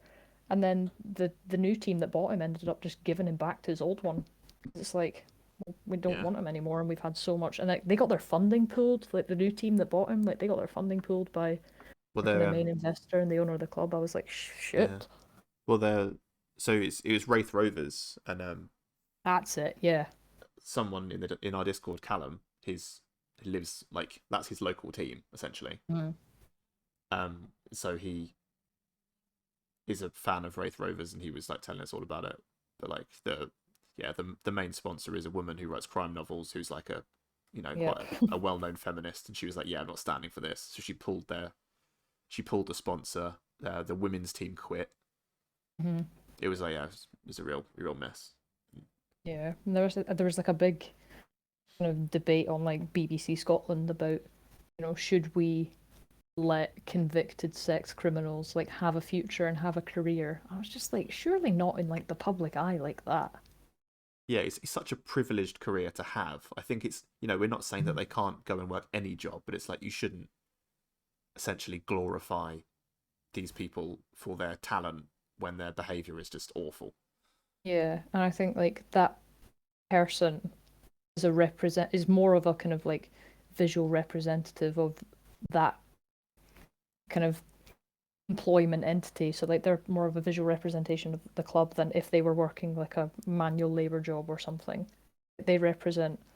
They're supposed to represent them, especially a sports team. Like they represent the morals and the values of the team. And if you're a convicted sex criminal, it's kind of hard to do that. Yeah, like you can't buy a shirt with like your local bin man's name on it, can you? It's like I wish. there's being a bin man is an honourable profession, and they are paid as much as that. They are paid quite well, and I Hmm. can say that they deserve every penny because it's an awful job to have. Absolutely. But like, yeah, it just comes down to they are not only representative of the team, but they're representative of the region that team plays in, or the city that team plays in. And it's like Yeah. if I'm not a Nottingham Forest fan, but if a Nottingham Forest player did something terrible and they were like, yeah, we know he's still going to play because it's fine. It's just a footballing thing. It's Hmm. not a that's what they said. It's a footballing issue, not a nothing else. It's Yeah. like And I it's like guess it speaks volumes about. Here we go again, but it speaks volumes about the female experience as well. I guess it's like, you can be tried and convicted of a sex crime, which was in this guy's case like against a woman, but there's just like another level of injustice in letting him reap the rewards of playing for a prolific football team and earning bank from it. It's just like, well, has he really faced any consequences then if he's just kind of gone back to normal? yeah.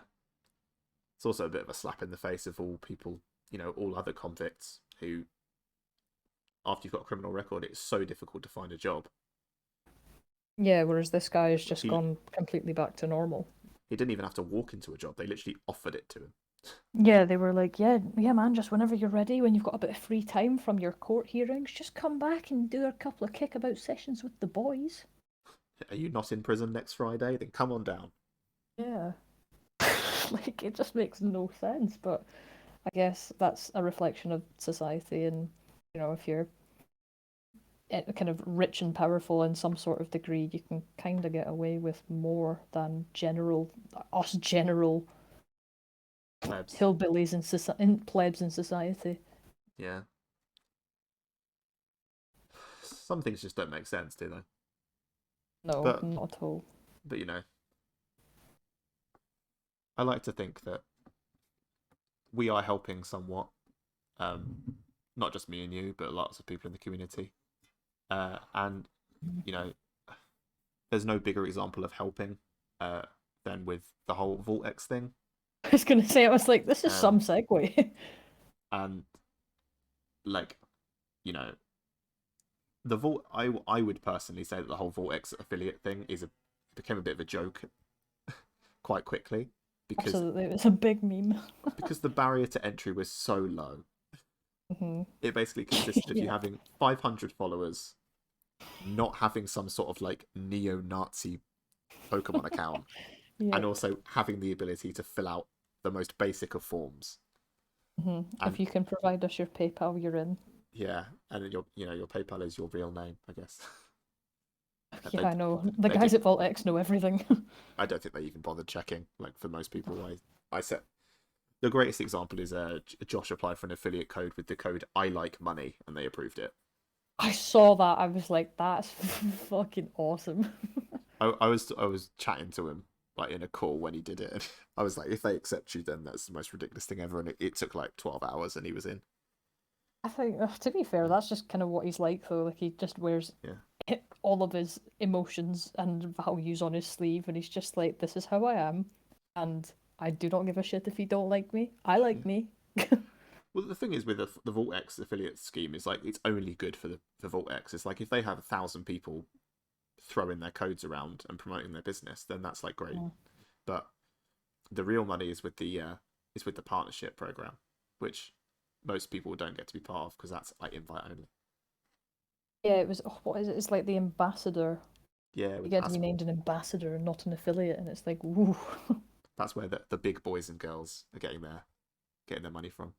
Yeah, I think there's 4 in total just now. Uh, yeah, I think there's Nicola, of course. there's There's Rachel. Pokey Rach, of course. Um, Um, Pokemom is also, like we'd spoken about her earlier, but she's on it as well. yeah, And I'm not gonna lie, it was a guy I had never heard of, but he yeah. does YouTube videos. I don't know who the fourth one is. Um, Yeah, but yeah, good for them because they're the people who are actually going to stick around. Like the affiliate scheme, small print basically says if you don't make enough money in your first 6 months, then you get kicked off the program. So there will essentially be like three affiliates left in 6 months. yeah, which is kind of terrifying. But you did make enough money to donate yours to charity, which I did. is good.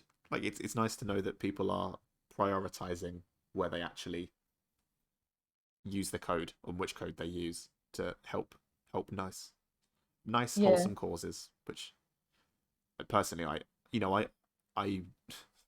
I did my whole one for the guide dogs because my running joke is that every charity I choose is dog related. I mean it's a good charity. Um, but I'm just glad that people are using yours.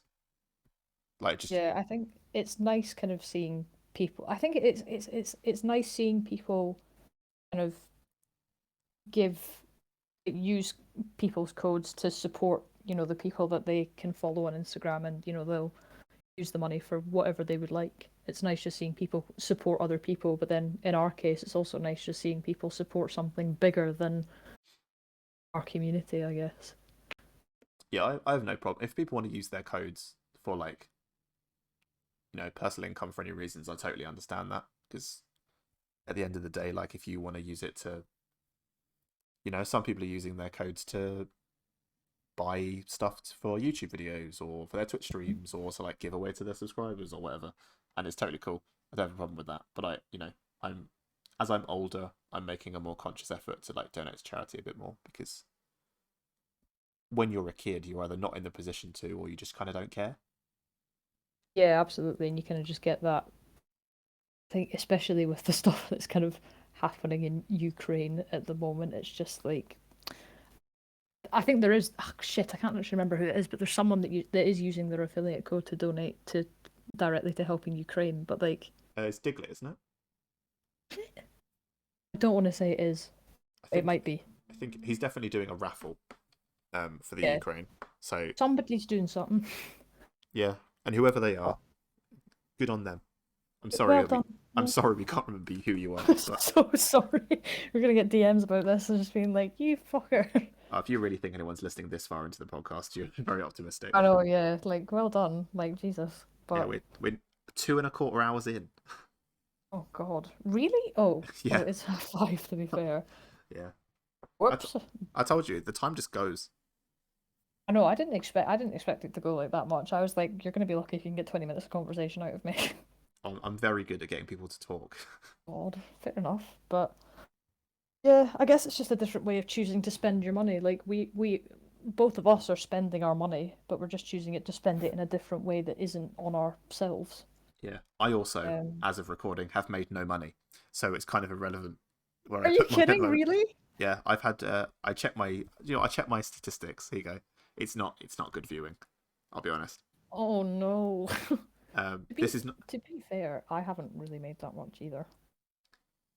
I mean, this isn't. It sounds like a cry for help, but I didn't expect to make any money anyway. So I have just checking now.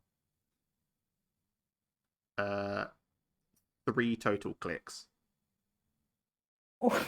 and no orders and no sales and nothing else. So um, yeah, use my code. That's so insulting. Just like people clicking on it but not actually using it.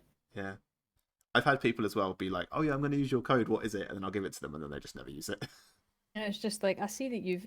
I mean, I think people don't. If again, if you're listening this far in, I don't think you realize how much we can see. We know if you've clicked the link and not used it. I've had like I think I've got orders that like aren't actually fulfilled, but they've used my code, so it's just sitting there, and I'm like, come on, click buy. It's like that is not how this works. Okay, Yeah, you I think I'm trying to get mine up just now. Low. So yeah, I mean the I will hold the amount that I have made, but I've put money on top of what I donated to Break Crisis. yeah So the money does not accurately reflect how much I've made, but I have had 3 orders in total. yeah I will double my zero contribution. Yeah, it's mental. It's just kind of like, I want to know I want to know global data, like how many oh affiliate yeah. codes are actually being used. Because I would Mhm. assume that there are quite a few, just they're spread out so far that no one's really making enough to make a massive impact. But I'm sure there are people Yeah. who are making loads, but that's good for them. If you know, I mean, like you said, like VaultX has taken on quite a lot of affiliates, so it's like there's so many options that you can go down for kind of who to spend your money on. But don't I mean like can people just use different people's affiliate codes to just keep getting 10% off? Oh no, wait, it's 10% off your first order. yeah, I think that's another reason. It's like it's not the greatest of deal if you're buying because you can only use one code once and then you can't use Mm. it anymore. Yeah, I remember when it had first come through, I was like, oh, 10% off your order, that's great. And then obviously read the fine print and it was like 10% off your first order. I was like, oh, fuck. To be fair, as an affiliate, we do get discount. We do, yeah, we get our own code that we can Yeah, use. which Get I've actually not um, used, but Neither have I. I've not needed VaultX product, but to be fair, I use 2 companies and well, VaultX is the main one, so I'm just like I will buy product at some point. yeah, my the problem I had with my old Vortex binders is I didn't have the zipped ones. I just had the ones with the little Oh, the little strap. the strap thing. Yeah, so they all got really dirty. So I swapped them to a different one, and sold them to someone really cheap. Oh, there you go. So yeah, Prefer the zip ones, honestly. When I no, changed to the zip ones, I was like, my whole life has just changed for the better. yeah, no, I like zip ones as well. I They're so good. actually bought a couple from Shodex, and they're nice, Mm. even though that is a direct competitor. So Vortex, if you're listening at this point, I'm sorry, but I think the other one that I use is a small company. It's called Salted Accessories. No, you've probably not heard of them. I haven't, but that's fine. But they do like zip binders as well. They've got like three different colors at the moment, but I think like COVID's kind of had a bit of an impact on their production. So, but like, I mean, they're good. Like the zip binders and stuff, like they're really good, and I like them. But yes, again, Voltex. Sorry if you're listening, but what do you want from me? Sorry, corporate overlords, we've failed you in our choices. Well, that's kind of why we've left it until this late in the podcast, is in the Yeah. hope that no one is listening. If there's any consolation, I bought the binders before I had the affiliate program link, so Yeah, so did I. My first binder that I bought was Voltex, so there's only so much we can do. if they are listening, please release a jumbo card binder. That would be great. That would be absolutely amazing. One of my pet peeves is that they change the size of jumbo cards like midway through Sun and Moon. I'm sick of it. I've So just got them all in a box, and I'm like, they're all different fucking sizes. I made myself. I just bought like a cheap one off Amazon, and then I made myself a cover page by sticking stickers to it. I like that. Yeah, it's one of my more creative things. But now they're just in a binder that I never look at. So I do see people that have like their kind of homemade binders, where it's just like a ring binder with some like loose sleeve pages that they shove in. yeah, I bought I can't remember the exact name for it, but it's the ones where they're like bound at the back, so you just like flick through the pages. It's not a ring binder; it's more like a book binder. Mm-hmm. Yeah, it's fun to look at jumbo cards because a lot of the jumbo cards I have are quite old and quite rare. Because I have been opening collection boxes for like 5 or so years, Yeah. on and off. Actually, it's more than that. The first collection box I opened was in 2014. Was it really? God. Oh, honestly, Chaos Cards in 2014 was the best. I should have bought more singles because you could buy like EX, like old school EX cards for like £4 or £5. I find that really funny in the kind of like on Chaos Cards or Magic Madhouse, they've got like a section for singles, but it's always empty, and I'm like, there was a time in history where they used to sell singles. I bought a Dragon's Exalted box in 2014, and it cost me like £75. It's like under retail. Oh my God, what? I know, and that's like a £4,000 box now or something. Jesus Christ. Did you keep it sealed? No, I opened it immediately. Fuck. I guess sealed product wasn't really like a Well, there was just too popular much. thing back There then. was well in 2014, base packs were like £20 each, Yeah, and like I think that's crazy. you didn't need to keep anything sealed because if you opened it, there just was more. I just wish I knew Mm. about that vintage back then because I had no idea. I just opened whatever was on the website. Yeah. I I opened a came into box. the hobby in like 2019, so I find that like crazy. I got a box of. I opened a box of Dragons Exalted. I opened a box of Furious Fists. I split Oh a box. Of, wow. I split a box of Primal Clash with one of my housemates at the time. Fucking Um, hell. I gave him the full art Groudon because he didn't pull anything good in his half of the box. Oh no. Does he still have it? I don't know. I sold all of my cards from back then because I needed money. Oh no. But I didn't pull anything. I didn't have anything like incredible. I had one secret rare from Dragons Exalted, but it was Superior, so like it wasn't like the Rayquaza or anything. Mm. I got £25 for it. Oh no, it's horrible those stories. I have a mate who had the Shining Charizard, and it's on his eBay history from this very first sale. I don't know when it was, but it was like mid 2010s. But he sold it for like it was about 40 quid. Yeah. I mean, I was quite lucky in that I never had anything incredible. Like I didn't have like a massive vintage collection and then sell everything.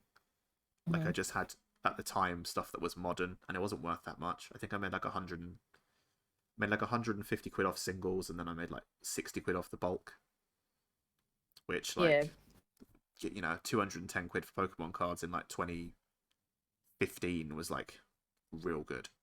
at the time that would have been like shit. This is a Yeah. lot of money, but then you would have had to obviously sell like a lot more stuff to kind of get that money. But Oh now yeah. a card can easily be 200 quid, just the one. I sold a bunch of like black and white and like early XY era bulk cards that now will be worth like £1 each. Oof. I think I sold like 4,000 or something of them for like £50. Oh my god. Even bulk back then was cheap. Like everything was really cheap and it was nice. But I think we're getting to that point again now. Obviously not, we'll look back in 5 years and be like, oh, wasn't Brilliant Stars a great set, but it was super cheap and there was loads of it. Hmm. And there'll be the people who kept boxes sealed who make loads of money. But like, I just can't live my life that way at the moment. Yeah. I don't have I kind the of not even that I don't have the money. It's more that I just don't have the patience to like buy something and be like, oh, in 5 years it'll be worth a bit. yeah, it's kind of like this is going to be really good in the future, but can I? Again, it's well, yeah, like you said, it's just like just live a little bit. Yeah, I'd rather. But I don't actually open much product anymore because I kind of hate all the V cards. I think they all look terrible. Although Yeah, the ones in Astral Radiance look quite nice. I can't remember what they. Oh no, I do. No, I like them. They're some of the sickest ones.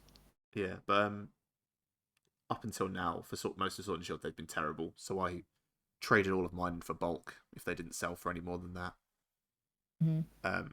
And I'm just focusing on XY because that's what I Is like. that quite accessible though? Like that Um, XY era stuff? yeah, most of the regular EXs are pretty cheap. Some of the full arts are really like of popular Pokemon, like the Ancient Origins Lugia is expensive. Mm-hmm. But even then, that's like 50, £60 ungraded. Yeah. There's a few secret rares that are expensive. There's like the secret rare Charizards from Flashfire are expensive. The secret rare Rayquaza from Ancient Origins is expensive too. Yeah. But even then, like over the course of 12 sets, there's only maybe like 10 or 20 cards that are over £100 raw. It's Which, not like it's not the worst. There's worse in yeah, modern sets. like if you think about Sword and Shield, there's probably like 3 or 4 per set that cost more than that. Definitely, 1000%. Evolving Skies really ruined the average price of secret rares. Mm-hmm. I'm sick of Evolving Skies. Like the pull rate on that set is ridiculous, and it's like I think to be fair, do you know how much like do you know the really good like Umbreon Altart VMAX thing? Yeah, It's like it. I managed to buy it raw. Sorry, no, I pulled it. Um, but like and the price at the time was like just over 100 quid, and now it's shot up to like 300, 400, and I'm like, what the fuck happened? it's because Evolving Skies is just getting harder to find. I think. Yeah. I think it's mental that like if you just step back and look at it from just normal perspective, it's a bit of card Yeah, going for that much money, and it's just like of all things, paper. I mean, it is ridiculous, really, isn't it? It's like everything in collectibles really is just like randomly assigned value based on its popularity Hmm. and its I think abundance to a certain extent. yeah, like alt arts, I think it makes the kind of value of it a little bit more excusable because it is arguably more. It's more like modern art now. Yeah, and I think another thing that's quite funny is that like a lot of people are now trying to complete the alt art set, um, which in the modern sets pushes their price up a little bit. But people don't realize that alt arts have been going since like XY. Like Yeah. in Breakthrough, there were like 2 secret rare alt art Mewtwo's that no one at the time considered to be alt arts really, Hmm. but they are. If you in the truest sense of the word, they are. They absolutely are. Yeah. I had There was someone in my comments the other day, um, of my the big egg tree in Rowlet. yeah. I don't know how to pronounce that Pokemon's name, but I know it's an egg tree. But they were in my comments being like, "Is this an alt art?" I thought that was just Sword and Shield exclusive. I was like, "No, these have been running for way before that." I think I can't remember what it was because I was asked to make a list for someone and I worked out what the first one was and I think it might be those Mewtwo's. I think it might be, yeah. Yeah, because then there's like there was a trend where the secret rare in each set was, or the multiple secret rares were all arts. So there's like the Alakazam Hmm. and Fates Collide, and then Steam Siege has got the Gardevoir and Volcanion and stuff like that. Yeah. But yeah, I mean I guess they don't really follow the trend of like modern alt arts where it's like you can't really tell if it's an alt art. Then if you look at it a bit closer, you're like, all right, okay, yeah, it does make sense. If you see the comparison with the art that is not the alt art. yeah, the original one, the Yeah. vanilla art. Vanilla art, plain Jane, We should start referring to every card that isn't all art as vanilla art. vanilla. Like Rach. Her name is Pokegirl Rach, isn't it? Yeah, I'm her unofficial Squishmallow supplier. Oh, well, there you go. Um, like she sometimes comes on the well, I think she does it all the time. She comes on the raffle stream that we both kind of enter, and it's like anything other than an alt art or anything other than a full art. She's like fucking trash. That is dirt. I watched I'm a bit just of her. like that's fair point. I watched a bit of her poker pools and poker pals she was on, and she looked so unhappy during the pack openings part of it. That's just how she is, though. It's just so funny. The thing is, I totally agree with her. That's why I don't like opening modern stuff, because like when you pull a V, you're supposed to be happy, but they're so ugly. I know, yeah. I would rather just get like a hollow one in a V. I'm just like, oh my god. I do actually have a hollow collection, like a binder with just hollows in it, of like the What ones do that I like. you? Yeah, the ones I like from sets. I'm lacking a bit because I'm like 2 sets behind. But most of the time, people will just send them to me for free Oh right. Oh well, there you go. because like they just they just There's not it's really much usually value attached to them. but it's usually Karim like just he's like, do you need any hollows? And these are like the 3 or 4 I want from this set, and he's like, yeah, Mm. just pay postage and I'll send them to you because I got loads knocking about. So I had That's a point about free cards. Again, Pokemon. Um, she'd spoken recently to me about like an incident where there's a guy that came into her DMs and was like, "Hey, like I've got a bunch of cards that I want to give to you like for free. Would you be down?" She's like, "Well, no." Like she found the message just a bit weird, so she just kind of she came off as quite abrasive and was just like, "No, okay, thanks." And he would just kind of return back with, "What? You don't want free cards?" And was like really kind of confused about why she was refusing free cards, and she was kind of like, "I don't know what tone this is being said in. Like, are you assuming that I just want free cards because you're like a really nice guy and you're really friendly and you're just offering your favorite Instagrammer free cards, or is there like some sort of undertone to this?" yeah, again, the whole meaning is a bit lost. He could have just thought he was doing something nice without expecting anything in return. But like the amount of messages she must get, that where it's like, Absolutely. yeah, just like I'm offering this to you, and I want you to at least pay attention to me. She did apologize kind of after her kind of initial abrasiveness. She was like, "Sorry, I'm just kind of like not really sure. Shouldn't have come off that combative at first, but I'm also just a little bit confused as to why you're wanting to offer me free cards." And it's kind of like, is it that um is it that kind of prejudice concept that women are just in it for money? Yeah, when anyone offers you anything for free at this point, it's a little bit like, why? Yeah, it's not, if they come back just being like, "Because I'm just a nice guy and I just like giving," and it's just like, no, I feel like you want something from me.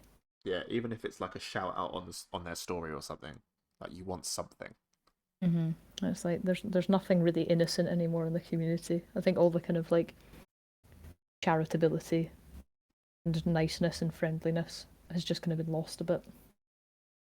Yeah, it's my continuing dislike of like anything kind of hustle culture kind of feeds into that a bit as well. It's like hmm everyone seems to be like wanting something for something. It's why if someone DMs you, whoever you are, and they're like, oh, I've got a bunch of this stuff for free. Do you want it? Because I've done it. I've messaged people before and been like, oh, I've got these. Do you want them? hmm And they're always a little bit like, why? Like, what do you want in return? Yeah. And I have to be.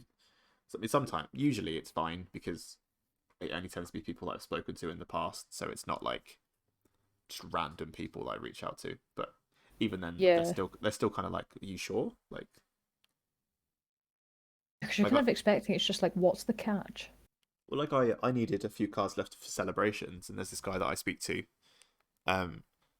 There's TCG Otaku, and he runs like a small business and stuff. And he Right. was like, oh yeah, I'll just send them to you for free. And I was like, you sure? And he was like, yeah, it's fine. And I was, not expecting them to turn up, probably. hmm And yeah, he just sent them to me. He was just like, yeah, there you go. And the craziest part was he sent a special delivery as well. So we spent £7 on Oh, postage. what? And I was like, okay. So it was the Reshiram and the Mewtwo from Celebrations. Like they weren't like, cheap cards. Oh, So he jeez. sent me like 20 quid's worth of cards and like £7 worth of postage for For free. literally just nothing. Yeah. Again, again, it's kind of like in the name. It's a trading card game. It's just kind of like I'm putting nothing on the table here, and you're just willing to give me these cards for nothing. Yeah. I mean, it is rare that you find people that like, genuinely don't want anything in return. But like Mm. when someone does something like that, like I don't forget. Like if they ever need something in the future and I've got it, then like they can have it. Yeah, absolutely. One of the There can always be like a little bit of malicious intent attached to that if it's just like you owe me, and it's like, all right, yeah, I didn't ask for this. yeah, like that's always the risk as well. It's like they don't want anything at the time, And but then in like the future they come back and they're just like, remember that one deal I made you? And you're just like, well, I wouldn't have taken it if I knew that there was a catch. one of the nicest guys for that is Trubbish Cards. I mean, he's just one of the nicest people anyway. But like he Mm. just reached out to me once and was like, "Oh, you like Growlithe? I see you like Growlithe. I'm just gonna send you some cards." And then I was like, "You sure?" And he was like, "Yeah, yeah. Just give me your address. He might just be address farming. Never know." True. But he was like, "Yeah, just give me your address and I'll send them." And then like 2 weeks later, they just turned up at my house. It's so bizarre. It's so nice, but it's so bizarre. I think to be fair, actually, my man on the ground for that is, RetroArch? Yeah, He does that to me as well. Like he'll DM me just like Smith's discount prices, or just like a card that he'll find in his collection. Just be like, I don't want this. Do you want it? And I'm just like, yes. He's yeah, just like, again, all round nice guy. Like I've chatted to him and his girlfriend like loads of times, but there are shockingly just some nice people. yeah. I get that sweet Smith's discount as well. That's unbelievable. I mean, I wish. it's only 10%. It's not that not ridiculous, but it is nice. It's still nice just to get that money off though. But yeah, like not so much now because it's easy to get most products, but sometimes we'll get stuff in store that is difficult to get and Mm-hmm. manage to pick up. The first lunchbox release, I managed to get some for people. So do you just like go into work and then you just like keep some aside for yourself and then buy it at the end of the night or something? Um, it depends because like over Christmas we weren't allowed to because we were so busy. So if it was there at the end of the Right. day, then I could buy it. But now it's a bit more relaxed. So as long as I don't take all of it, then Mm-hmm. they're usually fine with it. Like if it's like one or two items, I can just like put them behind the counter and have them at the end of the day. I imagine there could have been or may have been some heartbreaking situations where you're like, I hope this is there at the end of the day, and you get there and you're like, fuck, it's gone. Yeah, that's why I'm Rachel's unofficial Squishmallow dealer. But like because I do delivery. If there's ever anyone that she needs, she just like. So the first time she just put out a post and was like, "Oh, if anyone can get these for me, let me know." And I I was like, remember that, yeah. and I was like, "Yeah, I'll look at work." And then we had them, and then now if we get any new ones in, I just like send her a DM and it's like, "Do you want these?" Hmm. So I think her boyfriend hates me because he's already sick of the amount of Squishmallows she has. So You're just being sent them by this random guy on the internet, and what's his name, like Josh? She'll be like, what the fuck yeah, is going on? well, she does pay for them, so it's a legitimate transaction. Oh yeah, well there you go. I'm not just simping for the Squishmallows. I know. Yeah, here we go. If I give her enough squishmallows.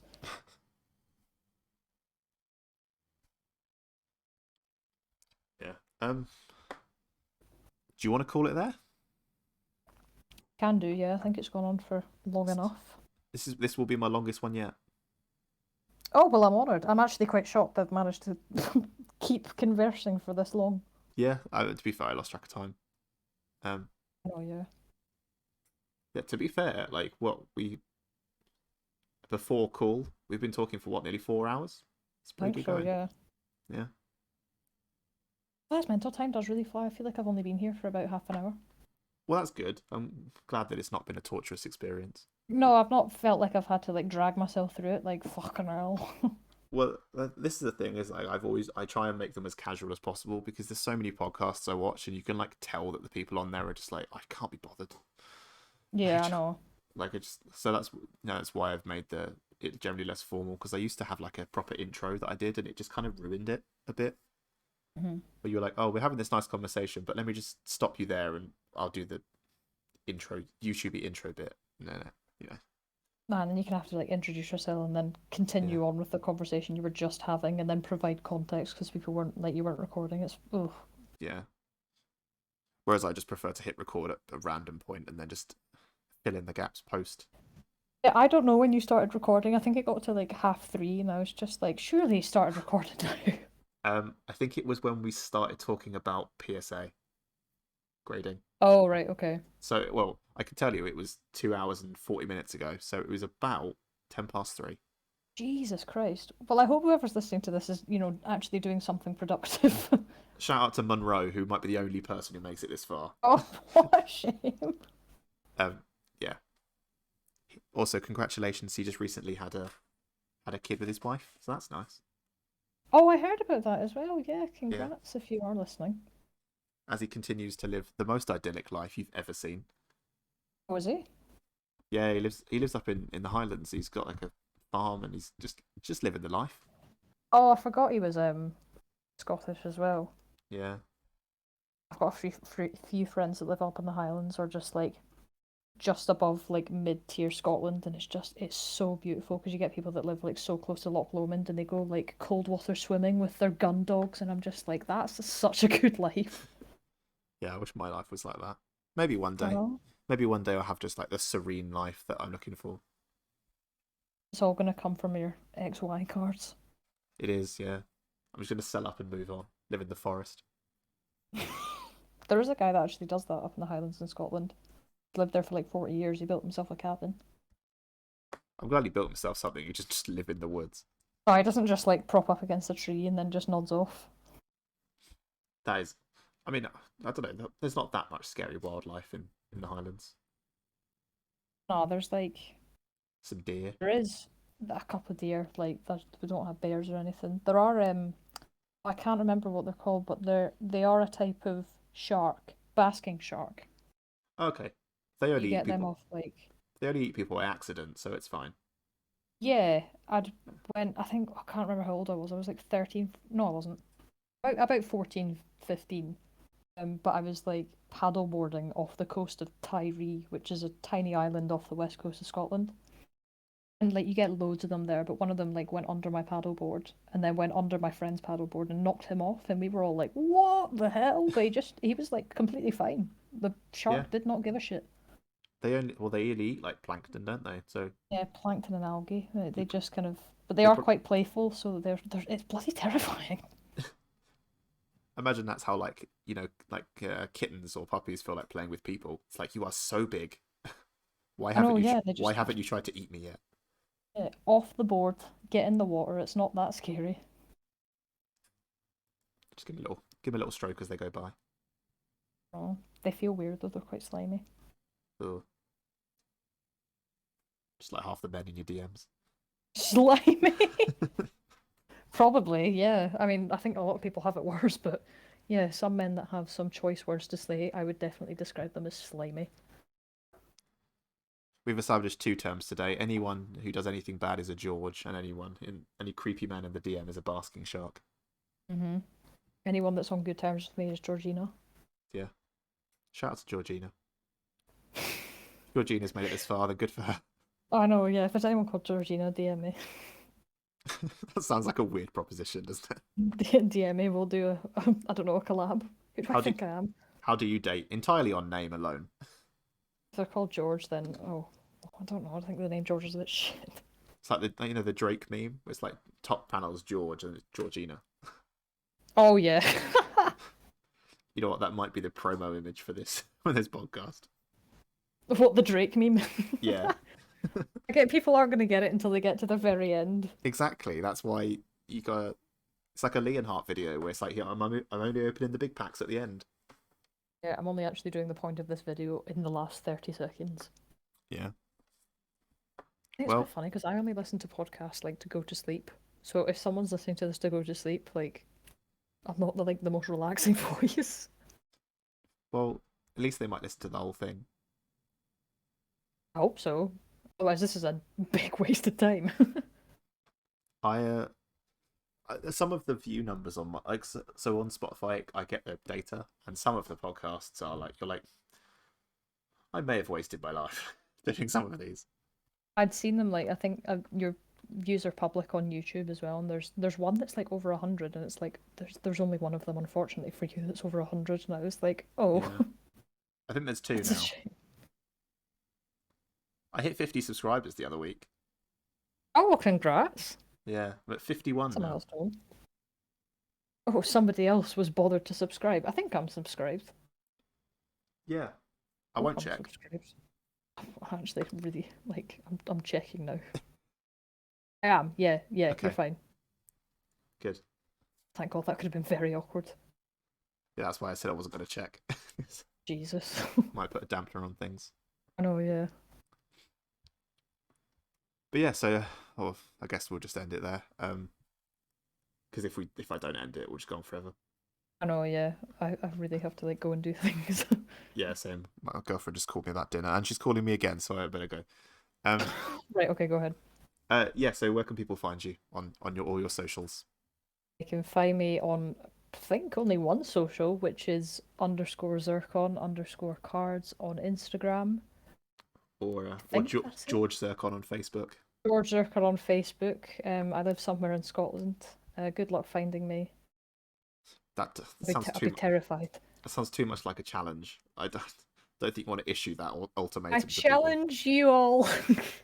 Please don't, because it would just creep me the fuck out, and no one If you wants that. if you find me, meet me outside my house at 6 o'clock next Wednesday. Meet me outside my local Asda, and we will 1v1. It can only be one. Hmm. If No, you well, win, you get the Instagram account. absolutely. Do you know what? Let's go. Let's do it. That is an amazing idea. Sorry, just for content, having an Instagram account where every week you like do some kind of internet battle for it, and they get it for that week. There's a different mod for like every week or something. I'm doing it. That's what I'm spending tomorrow doing. That and unboxing my PSA returns, which you'll see on my Instagram, which is same as YouTube grading growlets. That's good. I never promote myself, but that was a good segue. So I mean, it's a good thing to promote it for because it is going to be quite an exciting opening. yeah, the video will be up on my thing anyway. I'll probably end up doing it early in the morning if they come early.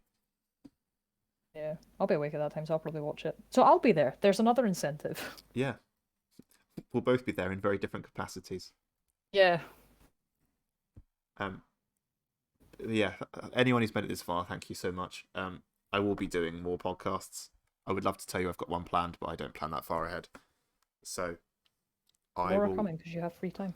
Yeah, I do. I have plenty of free time. Yeah. Thanks everyone.